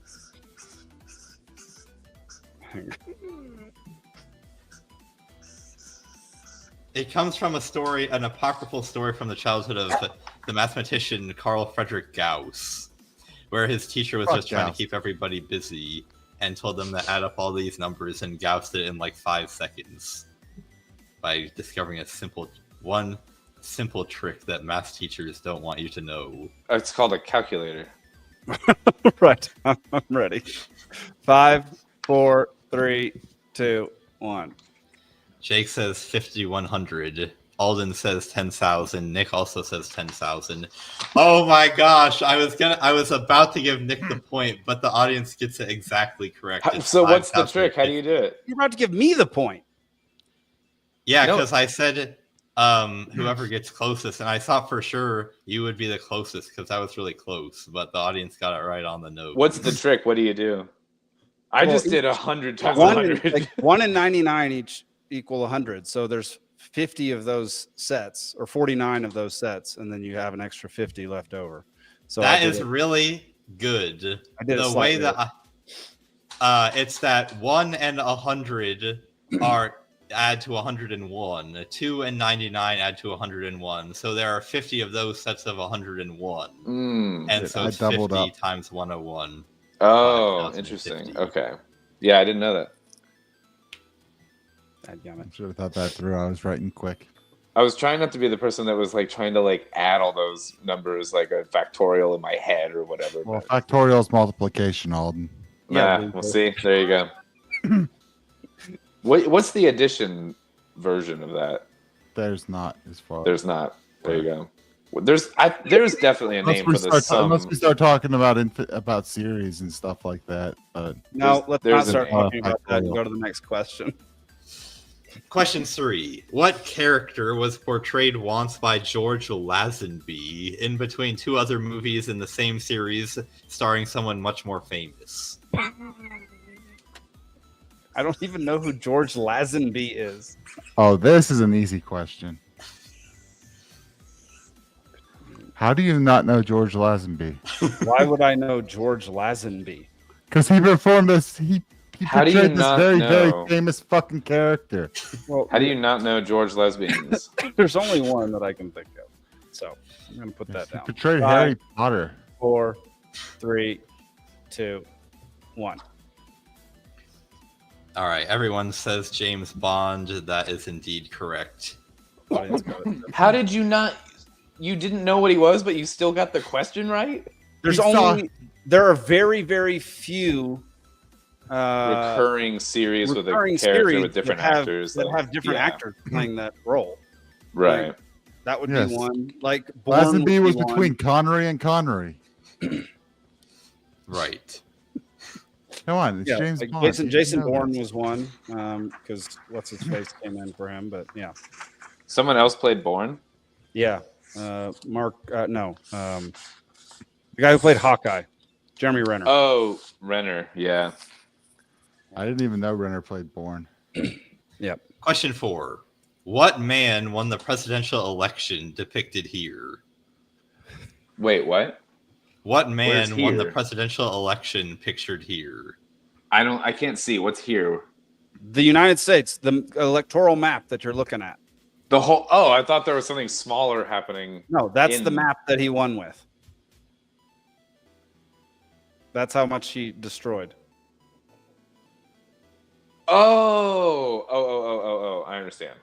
I don't remember, but making a guess. 5, There's one very, very big hint on there. 3, 2, 1. Jake says Nixon. Alden says George Washington, which doesn't make sense. Nick says Nixon. Audience also says Nixon. This is indeed Richard Nixon. You see, Hospers was the LP candidate and had a faithless elector who threw one elector to him in the first LP presidential candidate. Yeah, I'm going to tell you right now, Nick. So you're talking about the early not a 70s. huge hint. That's not a huge. That's a minuscule, tiny. No one knows that hint. Right. But you should know that because that's early 70s. You've been involved enough. You should know the name Hospers. I still think I don't get this question, but that's okay. What's not to get with this question? This is the electoral map that Richard Nixon won with. He won that many states? He won that many states. He crushed it. Wow, that's insane. I didn't realize that. Oh, he murdered. That's why Roger Stone loves him so much. I thought this was Has a some giant trick backpack, question like before the college or something. I had no idea anyone did that well. Well, most of these weren't even states at the time George Washington was That around. makes zero sense. Yeah, I just gave the ridiculous answer, but whatever. All right, I think we're gonna need to do something about the audience because in fourth place we've got. We got to kill the audience. In fourth place with 15, we've got Alden. In third with 19, we've got Nick. Jake comes in second with 21. And the audience did not miss a single question in either round 2 or round 3. I thought we with were some going to stunning do 28 audience audience member wins. had like their Here's what own. we're gonna do. No, we're not doing that. We're going.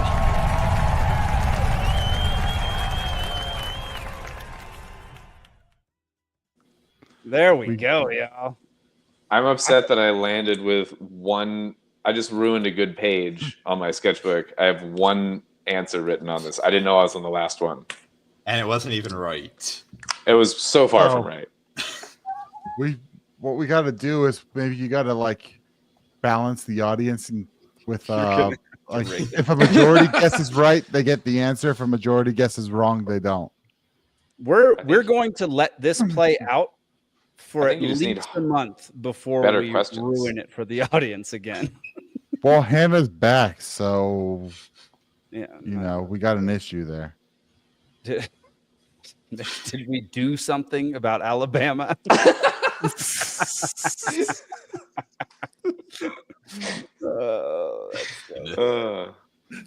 Oh, Lord have mercy. Zane, great job, man. That was a successful first run at whiteboard trivia. Even though only one of us had a whiteboard. Because Jake told me too late, and I ordered one on Amazon, and it hasn't shown up, even though it was supposed to be here 54 minutes ago. Jake told me in person like a week ago, and I forgot to look for my board. Perfect. Yeah. Oh, dear. Y'all, that was awesome. Thoroughly enjoyed. I like being able to get, questions right. Something right. Yeah. Even if I lose. It's nice to actually have time to think. So. It's more fun when you don't suck. Yeah. All right. You gotta put an official countdown clock up, Jake. I know it's hard to do. It's hard to do with StreamYard. I can do that once we're on OBS, which is still coming. I'm still learning OBS, everybody. So that'll still be coming, and we'll have way more freedom to do a whole bunch more stuff. So we're all about freedom. We're all about freedom. Yeah. All right. And we're also all about education. Education. All right, y'all. Education orders of the day. Orders of the day. We're going to skip over libations trivia since we already did it. We're also going to skip over whining philosophical because we spent the entire first hour talking about We Shall Be Free with Tanawah. And if you missed that part of the show, go back, take notes, because that dude, yeah. So who said? Honestly, my favorite guest we've had so far. Very, very informative. He was phenomenal. I'm going to say he's the best guest we've had on this show. He's my second favorite, I think, besides a couple of our friends. I forget the daggum guy's name, but he drank with us all night. He was from California. He was the professor and author. Oh, I remember that guy, but I forget his name. He was awesome. Yeah, loved that dude. And I think we may have ruined his career on our show. What? Was I there? I like Tanawah. I did like Tanawah. So I like Tanawah too. All right, y'all. We're gonna watch a quick little thing from Mr. Donald J. Trump. There you go. And I will shut down the federal Department of Education, and we will move everything back to the states where it belongs and where they can individualize education and do it with the love for their children. All right. So that was obviously during the run. This wasn't anytime recently, but the word is that he will be signing an executive order to dismantle the Department of Education. First thoughts. Winning. The whole country is going to become retarded.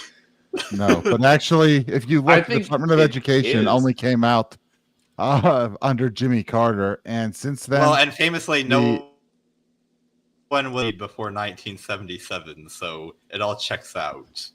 Right, and educational performance has dropped significantly since the Department of Education was founded. So the best thing we can do is burn it to the ground. Just fire everyone that works there. Hannah also says she was the best guest, but whatever. Well, she was a good guest. That's for sure. We forgot that she was a guest because it was so long ago. She's one of us, so it's hard to consider her a guest. Make America retarded again, according to retarded. Retarded. Yeah. So the main thing that the Department of Education does is that it collects your tax money, and then it mostly just returns the money to the states in the forms of grants. But the grants, the conditions of getting the grant make you do all these random things that the federal bureaucrats want you to do that are mostly really. You get your tax money forcibly taken away, and then you get it returned to you, but only if you bow down to your federal overlords. Right. So the the thing they exact do with same those stuff. hoe-ass roads. Exactly. So the exact same amount of educating will still be being done, because instead of getting the money from the Federal Department of Education, how about you just let the states keep the money that they would have otherwise sent to it? That actually more education will be being done, because there'll be more money for the actual education and less being spent on the bureaucrats. Yay.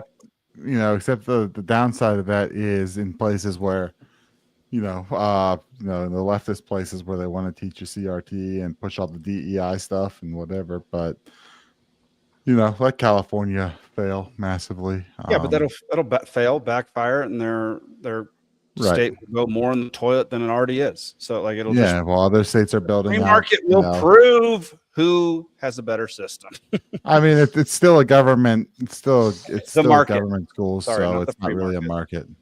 Yeah, the highly constrained government market with some free market alternatives, but those are highly expensive and not necessarily whatever. But regardless, getting rid of the Department of Education, it would be a massive, giant fucking win, and needs to happen ASAP.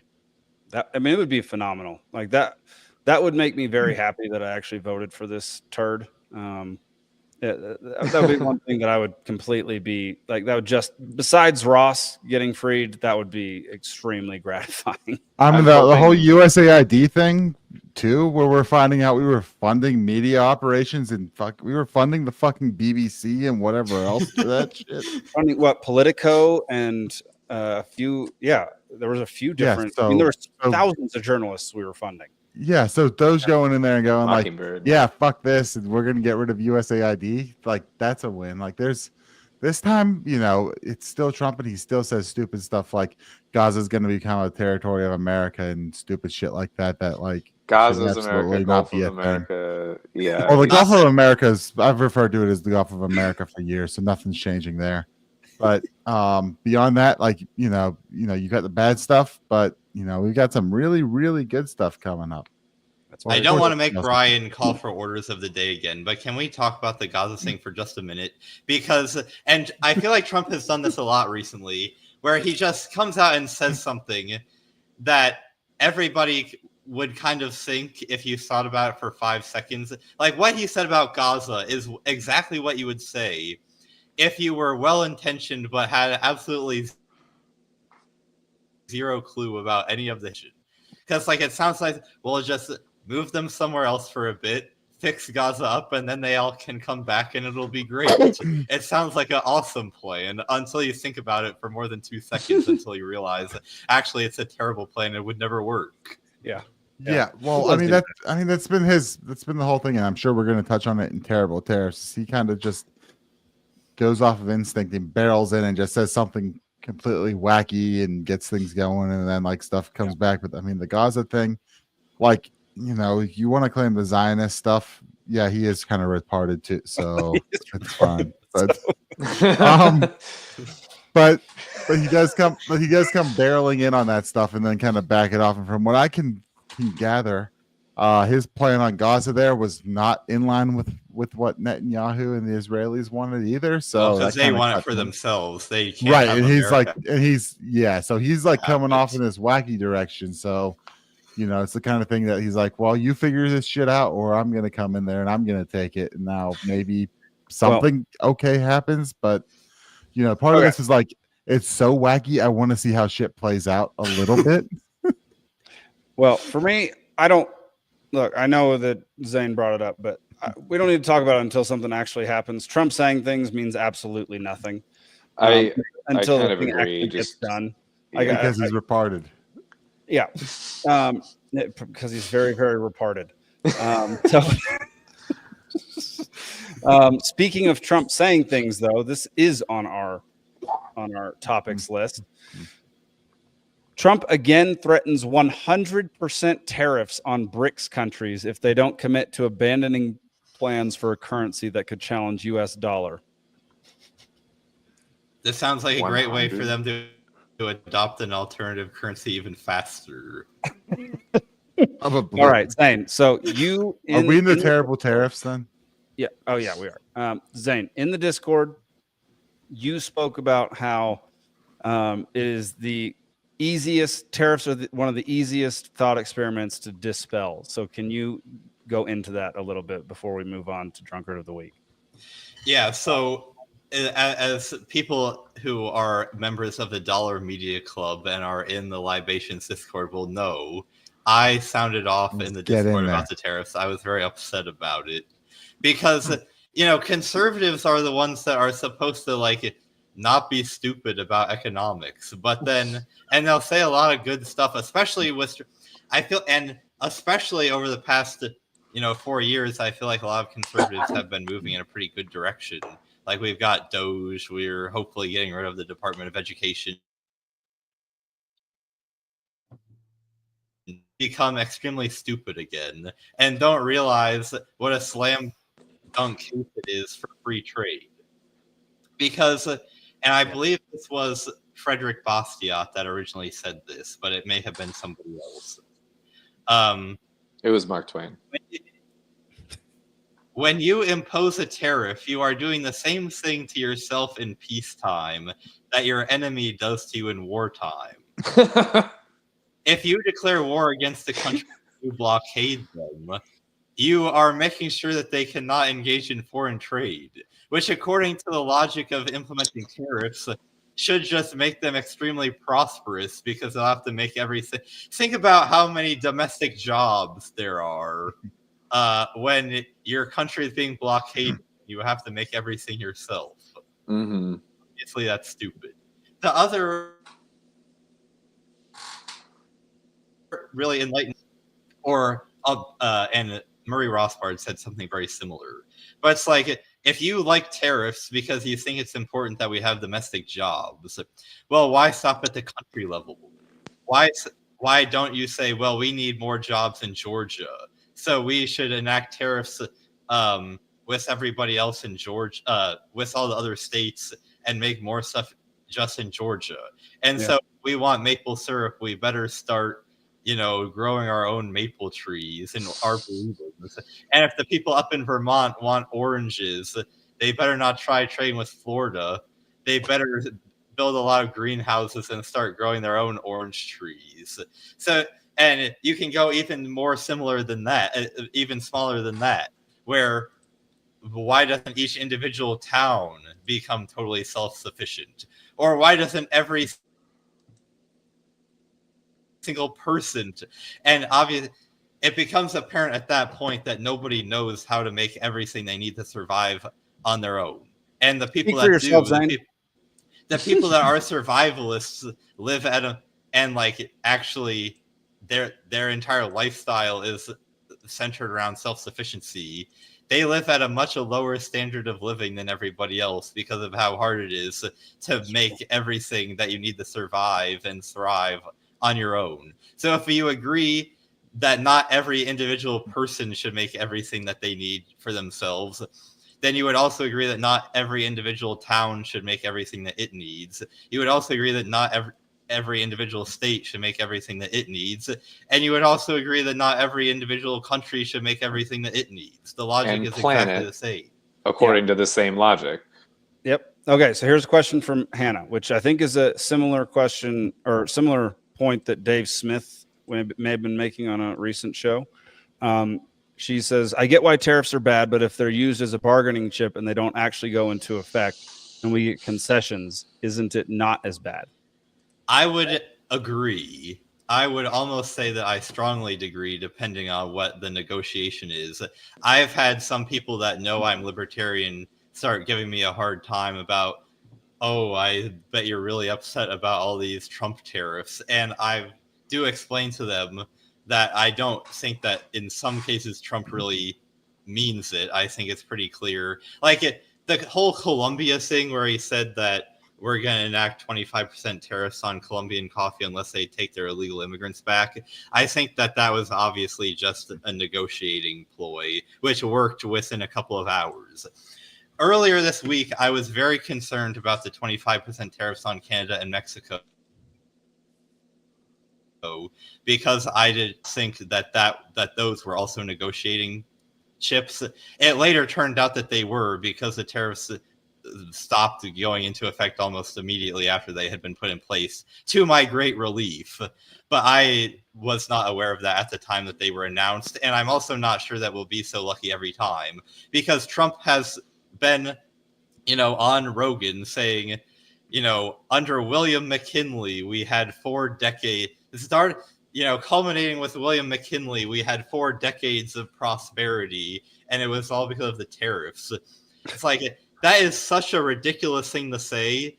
Obviously, the late 1800s, early 1900s were a time of great prosperity for the average American, but it was not because of tariffs. It was because the entire rest of the government was a lot smaller and less intrusive than it is today, which allowed huge booms, history, and standard of living. It was not the tariffs. Right. That's idiotic and retarded. Right. I mean, the late 1800s. I mean, you're talking, the American Industrial Revolution, where things like steel became mass produced, allowing the railroads to become, to use steel rails, and thus allowing Ayn Rand to write an epic novel. Which one are we talking? We talking the Fountainhead? Fountainhead was better than Atlas Shrugged. Yeah, we're talking Fountainhead. Yeah. The Fountainhead was better than Atlas Shrugged. Come at me.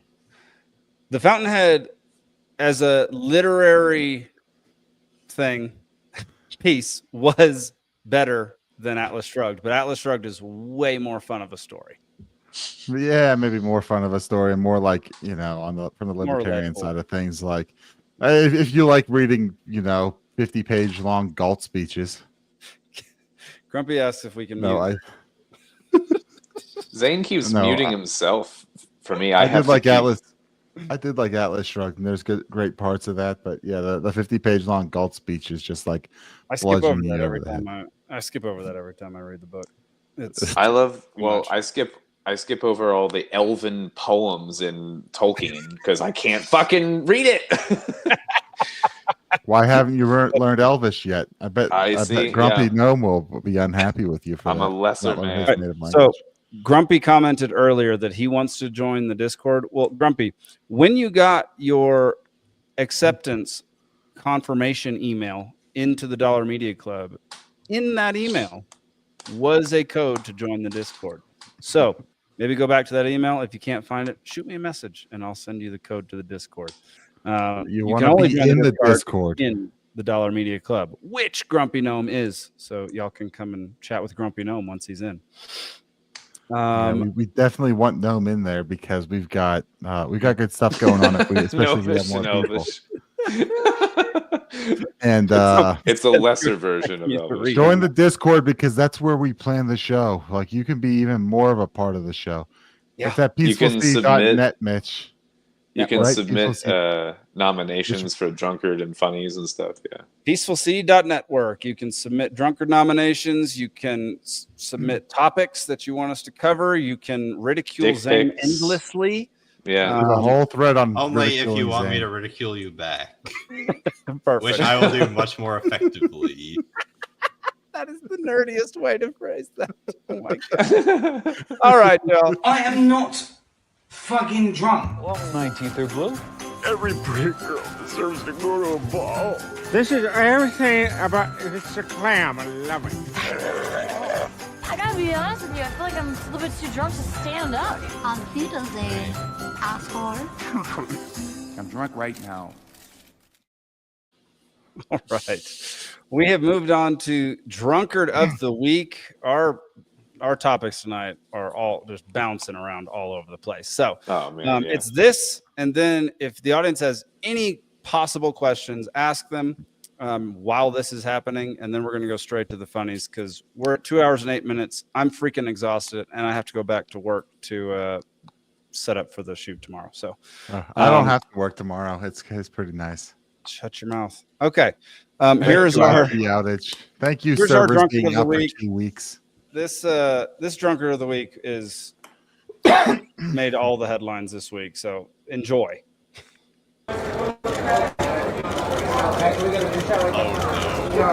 Yay! Bianca, yay! Yeah, can you both look this way, please? And over that shoulder one time. Over the shoulder! What a reveal! Beautiful. Right there, Bianca. Beautiful right here. Right here on the right, please, sweetheart. Let's smile this way. Oh, there it is. Perfect. And right here, sweetheart, right there. Guys, together, straight ahead. Yay! And Bianca, and wait for me, please. You know that we stopped and we can Yay, Bianca! Yay, that's that smile. Love it. Right here, yay! Yay, look out! Not as think as you drunk I am. I would have said hero, but so our drunkard of the week is Beyonce Sensori for wearing a sheer quote unquote dress. I would say it's more like something that you find lemons in at the store.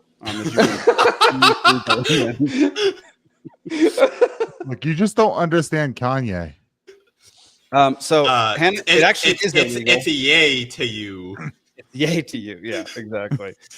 It is illegal. And laws don't apply. There are multiple to lawsuits that are being filed as we speak. It's illegal in 4 different laws in California. She can wear a produce bag. Will Smith can punch people. It's chaos with the elite. Who cares? When she eventually is charged, she will not have the benefit of a grand jury. Grand jury. I knew that was coming. Well, look, you guys just don't get it. You don't understand the art going on here. I mean, Ye is just, you're operating on this level, and he's operating on this level where people need where people are going to be. I just not find where they are. I find it incredibly idiotic that Kanye West still calls himself a Christian and does crap like this. It's like, in what world is any of this okay within Christianity? Like nothing. Well, he's 90% of the things you do are against the word of God. So shut your mouth. He's claimed that he's himself is autistic, or someone else has branded him as. Oh no, he has. He's claimed a lot. Autistic. He's a lunatic.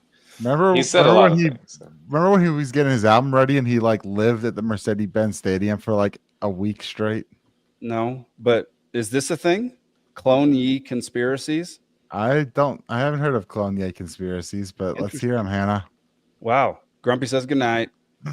Night, Grumpy. Night, Grumpy. I see you in the Discord, maybe.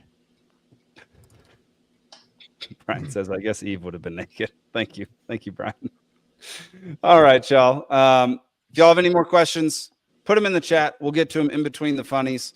Head on over to PCC.network and join the Dollar Media Club. $12 a year, not that bad. And you can get even more perks if you pay $100 a year, which again isn't that bad. And it helps fund this show along with all the other shows that we have on the platform, including documentaries and stuff like that. So head on over to PCC.network and check that out. All right, let's get into the funnies. I have quite a few tonight. Let's get some funnies. Yeah, let me see if I can find them real quick. All right, first one, I have 5. So quite a few is maybe a stretch. If you had 5 penises, that'd be quite a few. So it depends. Context is everything, That's fair. This first one is this first one's just a tweet. It says, "Hear me out. A Netflix series where MMA champions go undercover to Eagles games wearing the opposing team's jersey." That's amazing, dude. I would love that. I mean, I've been assaulted in only 2 stadiums in my entire life, and one Philadelphia because what was the other one? Garbage. San Antonio. Dude, people from Philadelphia are terrible. They're just awful human beings, and everything about that city is trash. Well, when you only have sports, they have a statue to a fictional sports character. That's all they have going. They have the Liberty Bell, so we gotta give them that at least. Yeah, but also you have to keep in mind that Jake, you're not the only one. Go ask Santa what he experienced in Philadelphia. Go ask that chick what she experienced at the Philly football game. That dude got fired over berating her It was wild, man. Did Alden, do you not know about throwing batteries at Santa? No. Batteries? Ow, no. That's what Santa gets when Santa's been naughty. I think I'd rather get hit with coal than batteries. It is the worst Super Bowl match of all time. And we're getting it twice in 3 years. It's horrible, but I'm rooting for the Eagles anyway because I'm just over the Chiefs. I'm rooting for the refs, so I guess it's the Chiefs. Yeah, I mean, like no one's happy about the Chiefs being there, but goddamn, I cannot be on Philly's side on this one. I'm hoping for giant meteor. I'm just gonna eat a lot. The Phillies defense has like 4 or 5 Georgia players on it, so I feel okay rooting for them. Fair. You tell yourself. Speaking of, here's our next one. Oh, okay. For your whole career, you have had so many great people help you win. So, who is your favorite ref? All the refs are great. All the refs are great. They do the best they can.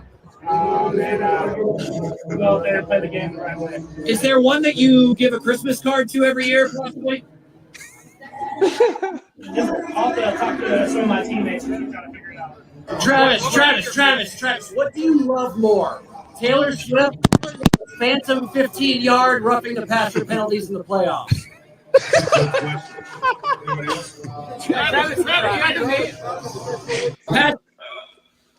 Who let that guy in? Yeah, who gave him press credentials, and can we get some of those credentials, Jake? That's so good. The Chiefs you get us credentials, I will go down there and I will ask the hard-hitting questions like that. The Chiefs are the new Patriots, man. Yeah. Well, the thing with the Patriots is I actually thought everybody on the Patriots was good, and I didn't actually think the refs favored the Patriots almost ever. Tom Brady like another. I'll talk to you about this another time. But there's a lot going on with the Patriots actually over the years. But I hate the Patriots, but I love me some Tom Brady. Oh, there you go. Whatever. All right. Next one.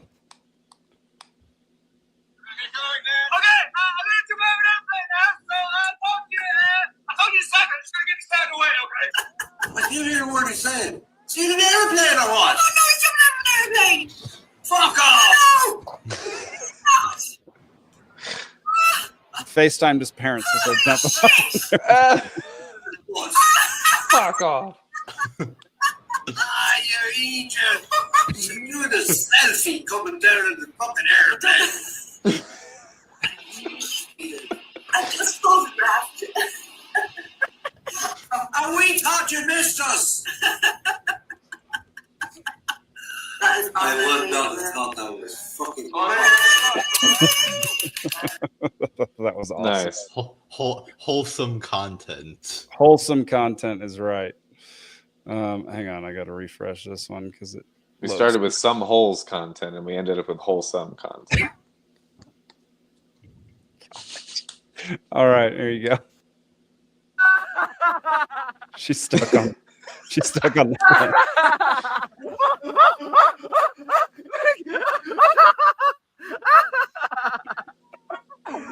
Nice. I just love a good fail. I think that's so good. That's always a good one. All right, final one of the evening is this ring cam that's catching this robber. This is one of my favorite videos. Oh, this is a classic. That's why you fat. No, you can have it. You can have it. You got it, brother. You thought it was some snacks in there? You go ahead and take it. It's a big box for a Big Mac. Come on and get it. I know you need it. I think I was confused, bro. I think you hungry. And people act abnormal when they hungry. You've seen the Snickers commercial. Come on and get you his little box. Don't try to run either. I don't want you to have an asthma attack on my porch. I know times it's hard. I don't live too far. I know you ain't walking far. I know you ain't walking far. You ain't gonna tell me. Go ahead and get it. Big back, big back. You too big to be a thief. Come on. Come on and get it. At this point, I just want you to get the steps in. You never know, it could be some workout equipment in there. Okay. Oh my god! Wild. It sounds like Cat Williams. It does. The It voice. really sounds like Cat Williams. Yeah, It's you're so not funny. wrong. Oh man. I saw that a while back, and it's always funny, man. Yeah, this is the first time I've seen it. I saw it yesterday, and that was the first time. That thing's, I mean, yeah, that whoever's talking to that guy, hilarious. Oh my god, perfect. If they're not a comedian, they should be. Yeah, I really hope Perfect it's way to handle that situation. seriously. All right, y'all. Thank y'all for tuning in to episode 111, or as hobbits would say, 11th. 11, yeah. 11st birthday. Yeah. Thank y'all for tuning in. Really appreciate it. Make sure to tune in to Free Georgia Podcast, Wrexham Texan, Danish Big Brother. We've got a new show coming out called The Philosophical Fall Guy, which is all about stuntmen in the film industry. Stuntmen and women in the film industry. Cascade Effect, new episode coming out this month, probably towards the end of the month. So make sure to go check that out. Zane, Nick, Alden, y'all got anything to say before we head out? Yeah. You can now catch me on the ham radio waves at Kilo Delta 3 Alpha Oscar Mike, because that finally came in. Let's go. You know, I'm still working. I'm still trying to get a setup here at home. I got ordered me a radio already for at home. I got one. I got a little one that does digital as a handy talkie, but nice. I was scanning through the repeaters last night, but yeah. So now that I got my license and that the call sign's issued, I've got a power thing on the way, a power supply on the way, and hook this up. You know, once I get that, get an antenna up, and I'll at least be on the UHF VHF in Western Pennsylvania. And then as soon as I get some money to get a HF radio, because that'd be expensive, you'll be able to catch me on the HF frequencies, because I buckled down and I studied for both licenses at once. So that's pretty cool. And the custom license plate will say "I love ham." Nikki's granddad got a custom license plate with his call sign on it. It's awesome. We have it in the cabin now. Yeah, nice. I don't know about that, but it's at least, I think sometimes people use that call sign thing way too much because the government is thing. Yeah, that's fair. Too much stock in it, but at least like I can hop on now and be able to operate if I wanted to, and it's a good thing to be able to get your ham radio license, and it's not that hard. No, it's just a complicated thing that you should definitely study. It's a good way to communicate. So yeah, go check it out. There's so many easy courses to take that will lead you into the. What I did is I downloaded the ham radio prep app. Yep. And then I paid for the courses. I paid for the courses for technician in general. And then I was sick, and so I started through technician. And then a friend of mine said, "Oh well, while you're doing it, you might as well try to go take the general test." So I said, "Okay." And so I went through all the lessons on both of them and just drilled practice tests for about 2 weeks, and then took the test, and it all worked out just fine. Heck yeah! Yeah. All right, y'all. We'll go check that out, and make sure to go to Tanawah.com, TANAWAH, and go check out what he's doing, because great guest, very informative. I really liked him as a guest. Have some updates. Yeah. And maybe when his voice isn't out. I thought it was going to be rough at the beginning because he could barely speak at the beginning, but he kind of pulled it together. He got better. Bit. Yeah, he got better. Yeah, at the beginning it was real rough, and then he got in a groove, and it was. I was worried he wasn't going to last 5 minutes there at that rate, but me too. And he went an hour. It would be a difficult episode, but he powered through and nailed it. He really did. Yeah. Yeah. So go check that out, everybody. Thanks for tuning in. We'll see you next week on Liberty Libations.